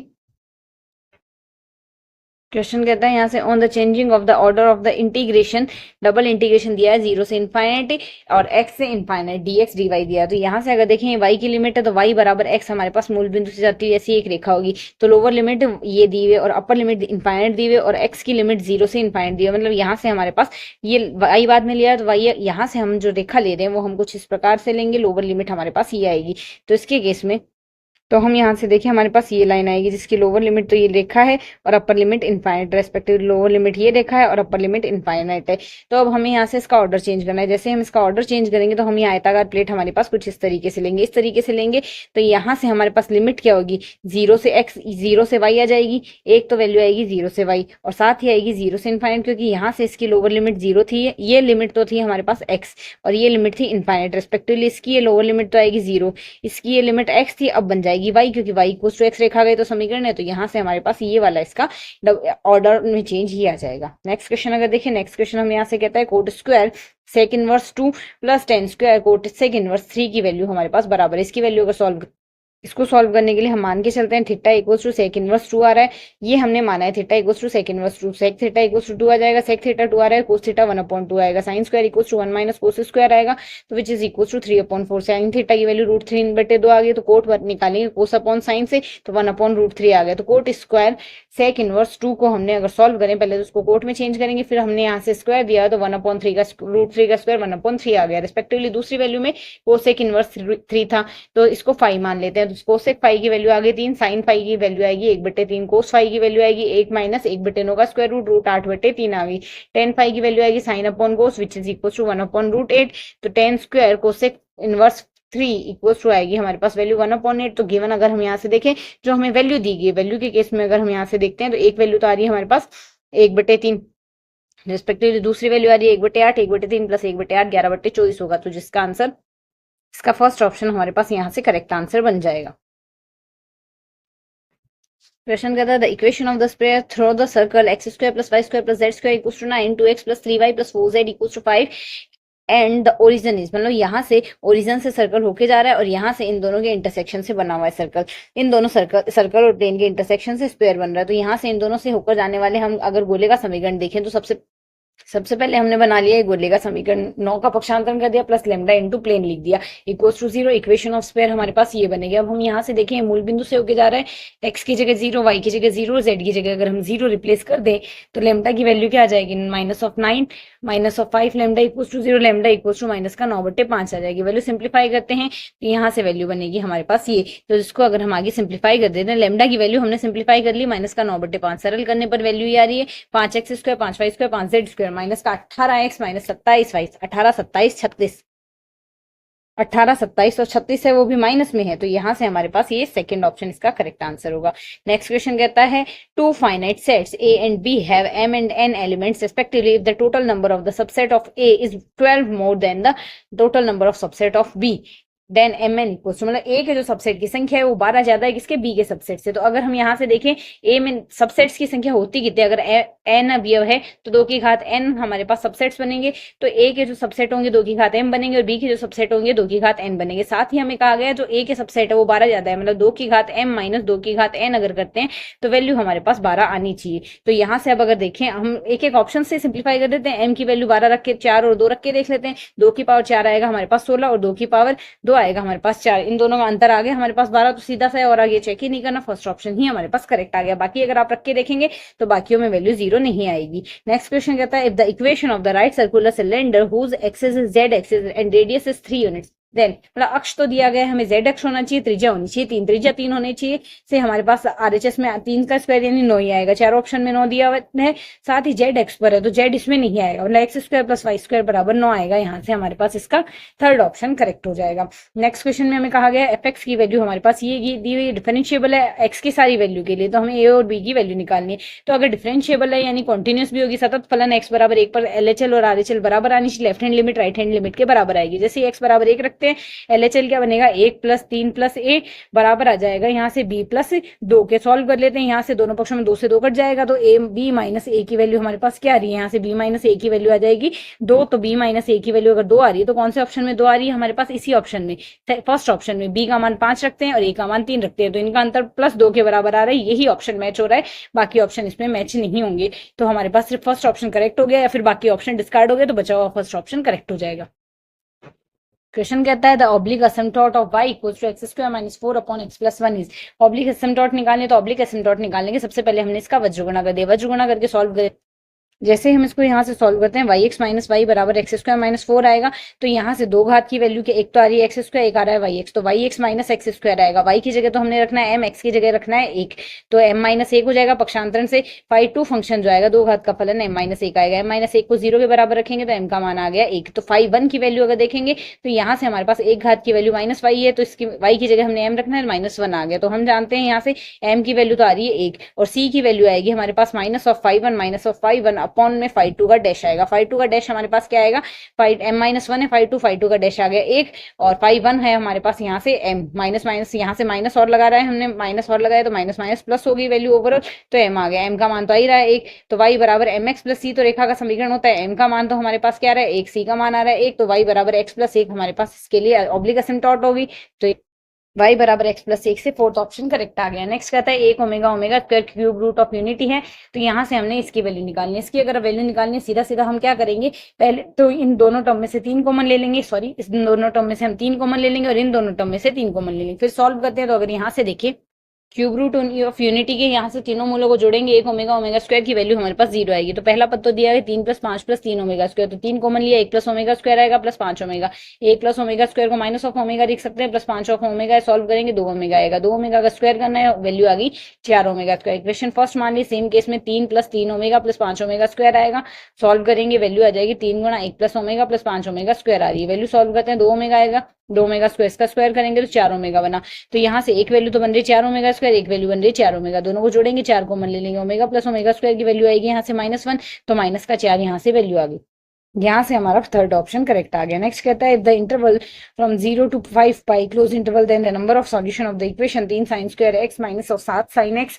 प्लस ऑफ 2 बराबर 0 के हमें रूट नंबर ऑफ रूट्स बताने, तो नंबर ऑफ सॉल्यूशंस हमारे पास क्या होंगे, ये हमारे पास द्विघात समीकरण में sin x को y मान लेते हैं, सॉल्व कर ये साइन में द्विघात समीकरण दी गई, साइन एक्स की जगह वाई मान के 3y² माइनस 7y प्लस 2 दिखेंगे। इसको फैक्टराइज करें 3y माइनस 1 और y माइनस 2, इसके दो फैक्टर बनेंगे। y का मान 2 आने का मतलब साइन एक्स का मान 2 आएगा। साइन एक्स का मान 2 तो होता ही नहीं है, माइनस 1 से प्लस 1 के बीच में होता है, तो ये कंडीशन तो हो नहीं सकती। तो y का मान हम साइन एक्स का मान 1/3 लेंगे। अब साइन एक्स का मान 1/3 लेते हैं तो हम जानते हैं यहाँ से चतुर्थांश में देखें, यहाँ से पहले चतुर्थांश में वैल्यू पॉजिटिव आएगी और दूसरे में वैल्यू पॉजिटिव आएगी, साइन में बाकी में नेगेटिव आएगी। तो 0 से 5 पाई तक लेना है, तो 0 से पाई तक 2 बार आ गई, इसी तरीके से 3 पाई तक हमारे पास 4 बार आ जाएगा और 5 पाई तक हमारे पास 6 बार आ गई। टोटल 6 रूट्स हो जाएंगे इसके इस अंतराल के अंदर। तो यहाँ से फर्स्ट ऑप्शन करेक्ट हो जाएगा। क्वेश्चन कहता है the value of x for which the angle between A और बी की वैल्यू दी गई और जो एंगल दिया गया वो हमें ऑब्स्ट्यूज एंगल दिया है, यानी न्यून कोण है हमारे पास ए और बी के मध्य। ए और बी के मध्य न्यून कोण है तो ए डॉट बी की value must be less than 0 आनी चाहिए। तो ए डॉट बी अगर हम इसके लिए निकालें, यहाँ से ए डॉट बी की वैल्यू आएगी हमारे पास यहाँ से आई का गुणांक आई के गुणांक से गुणा, जे का गुणांक जे के गुणांक से गुणा, के का गुणांक के गुणांक से गुणा, लेस देन 0 आनी चाहिए। तो यहाँ से 14x² minus 7x must be less than 0, x common लेंगे 2x माइनस 1 लेस देन 0। तो या तो हम अगर यहाँ से देखें इसके दो रूट्स आ रहे हैं तो x 0 और 1 1/2, 0 और 1/2 के मध्य तो हमारे पास लेस देन 0, अन्यथा हमारे पास ग्रेटर देन 0। तो हमें लेस देन 0 लेनी है तो x का मान आ जाएगा ओपन इंटरवल 0 to 1/2 की। फर्स्ट ऑप्शन इसके लिए हमारे पास करेक्ट हो गया। नेक्स्ट कहता है if the 10 coins are tossed together then the probability of getting at least 7 heads, कम से कम 7 हेड आने की प्रोबेबिलिटी बतानी है। 10 बार सिक्के को टॉस किया जाए, 10 बार सिक्के को टॉस किया जाए, 7 बार हेड आने की प्रोबेबिलिटी बतानी है।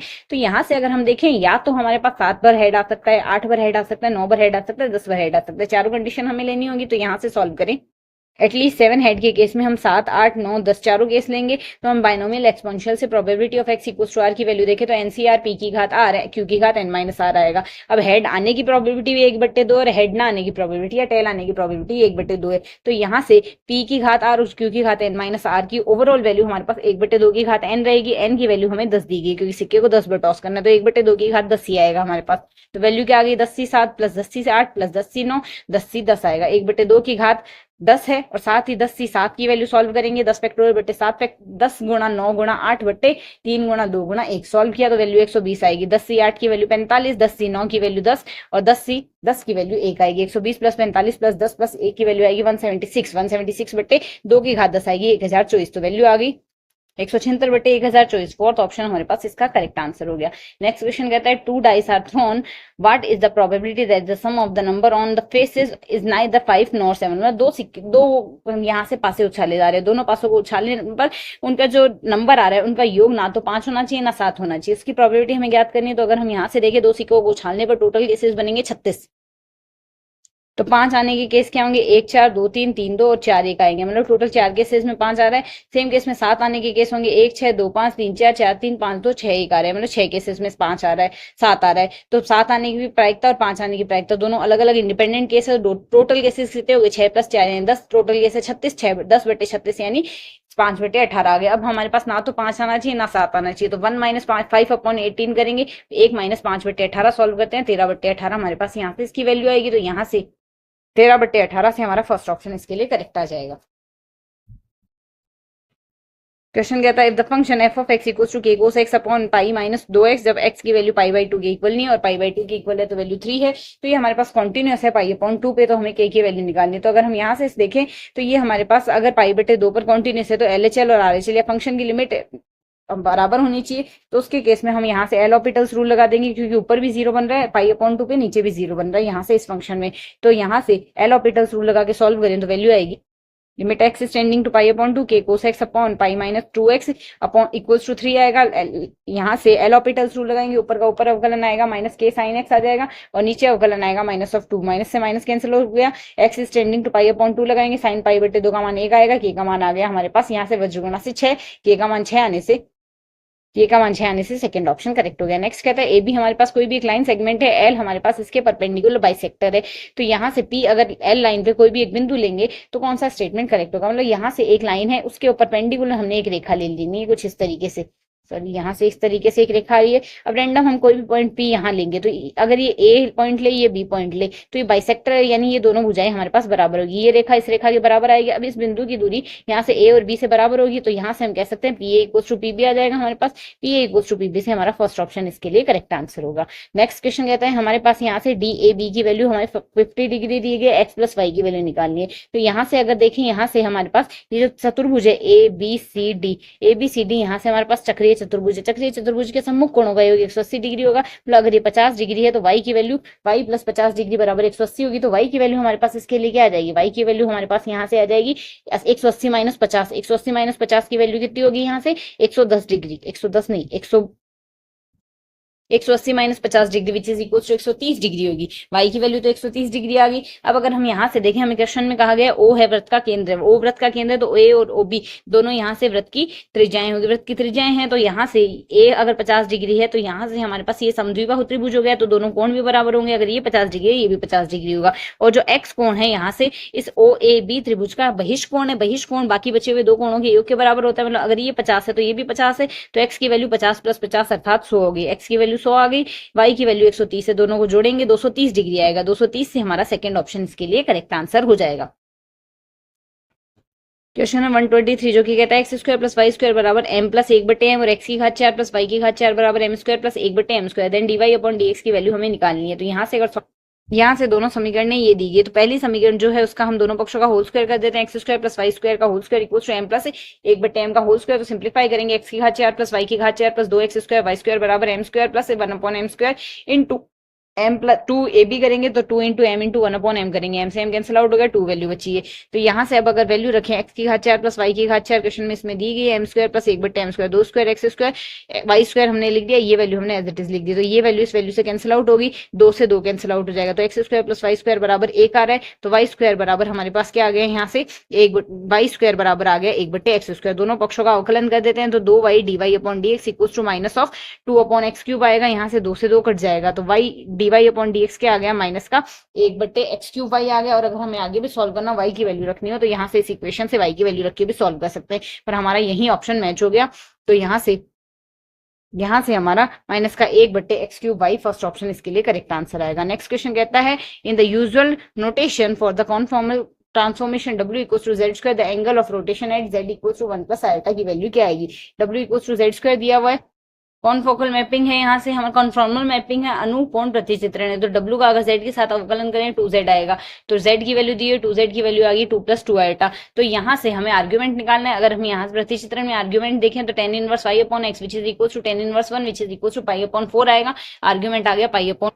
तो यहाँ से कन्फर्मल मैपिंग में अनुकोण प्रतिचित्रण में हमारे पास जो एंगल ऑफ रोटेशन आएगा वो आर्ग्यूमेंट के इक्वल आएगा। तो आर्ग्यूमेंट आया है हमारे पास पाई अपॉन 4, तो ये वैल्यू आ जाएगी पाई अपॉन 4। कन्फर्मल मैपिंग के लिए क्या किया है, dw अपॉन dz निकाला है, z के सापेक्ष अवकलन 2z आया है, तो वैल्यू हमने सिंप्लीफाई कर ली, फिर आर्ग्यूमेंट निकाल लिया और एंगल ऑफ रोटेशन आ गया। नेक्स्ट क्वेश्चन कहता है the probability that the man will live 10 year more is 1/4 and probability that his wife will live 10 year more is 1/3, then the probability that none of them will live after 10 year। मतलब एक आदमी अगर 10 साल से ज्यादा जीता है उसकी प्रोबेबिलिटी 1/4 है, और औरत अगर 10 साल से ज्यादा जीती है तो 1/3 है प्रोबेबिलिटी। क्वेश्चन में कहा गया हमें वो प्रोबेबिलिटी निकालनी है कि दोनों ही ना जिए 10 साल से ज्यादा। तो अगर आदमी के 10 साल ज्यादा जीने की प्रायिकता 1/4 है, तो 10 साल ना ज्यादा जीने की प्रायिकता 1 माइनस 1/4 अर्थात 3/4 आएगी। इसी प्रकार अगर औरत के 10 साल ज्यादा जीने की प्रायिकता 1/3 है, तो 10 साल ज्यादा ना जीने की प्रायिकता 1 माइनस 1/3 आएगी, जिसे सॉल्व करेंगे 2/3 आएगा। तो दोनों के ही ना जीने की प्रायिकता हो जाएगी, दोनों को गुणा कर देंगे, 3 से 3 कट जाएगा, 2 से 4 घटेगा, 1/2 आएगा। तो यहाँ से वैल्यू आ गई हमारे पास, थर्ड ऑप्शन इसके लिए करेक्ट हो गया। नेक्स्ट क्वेश्चन कहता है if a function f of x equals to log of x plus square root of 1 plus X square 1 है और ऑन टू है, तो f inverse x find out करना है। 1 ऑन टू है यानी इनवर्स मैपिंग एग्जिस्ट करेगी। तो यहाँ से अगर इसको सॉल्व करें तो हम इसे लिख सकते हैं, तो पहले तो हमने सिंप्लीफाई करने के हिसाब से x की जगह y रिप्लेस कर दिया और y की जगह x रिप्लेस कर दिया। मतलब f ऑफ x को y माना था तो उल्टे रिप्लेस कर दिए। अब दोनों पक्षों में एंटी लॉग ले लेते हैं, मतलब एक्सपोनेंशियल ले लेते हैं। e की घात x बराबर y plus square root of 1 minus y 1 plus y square आएगा।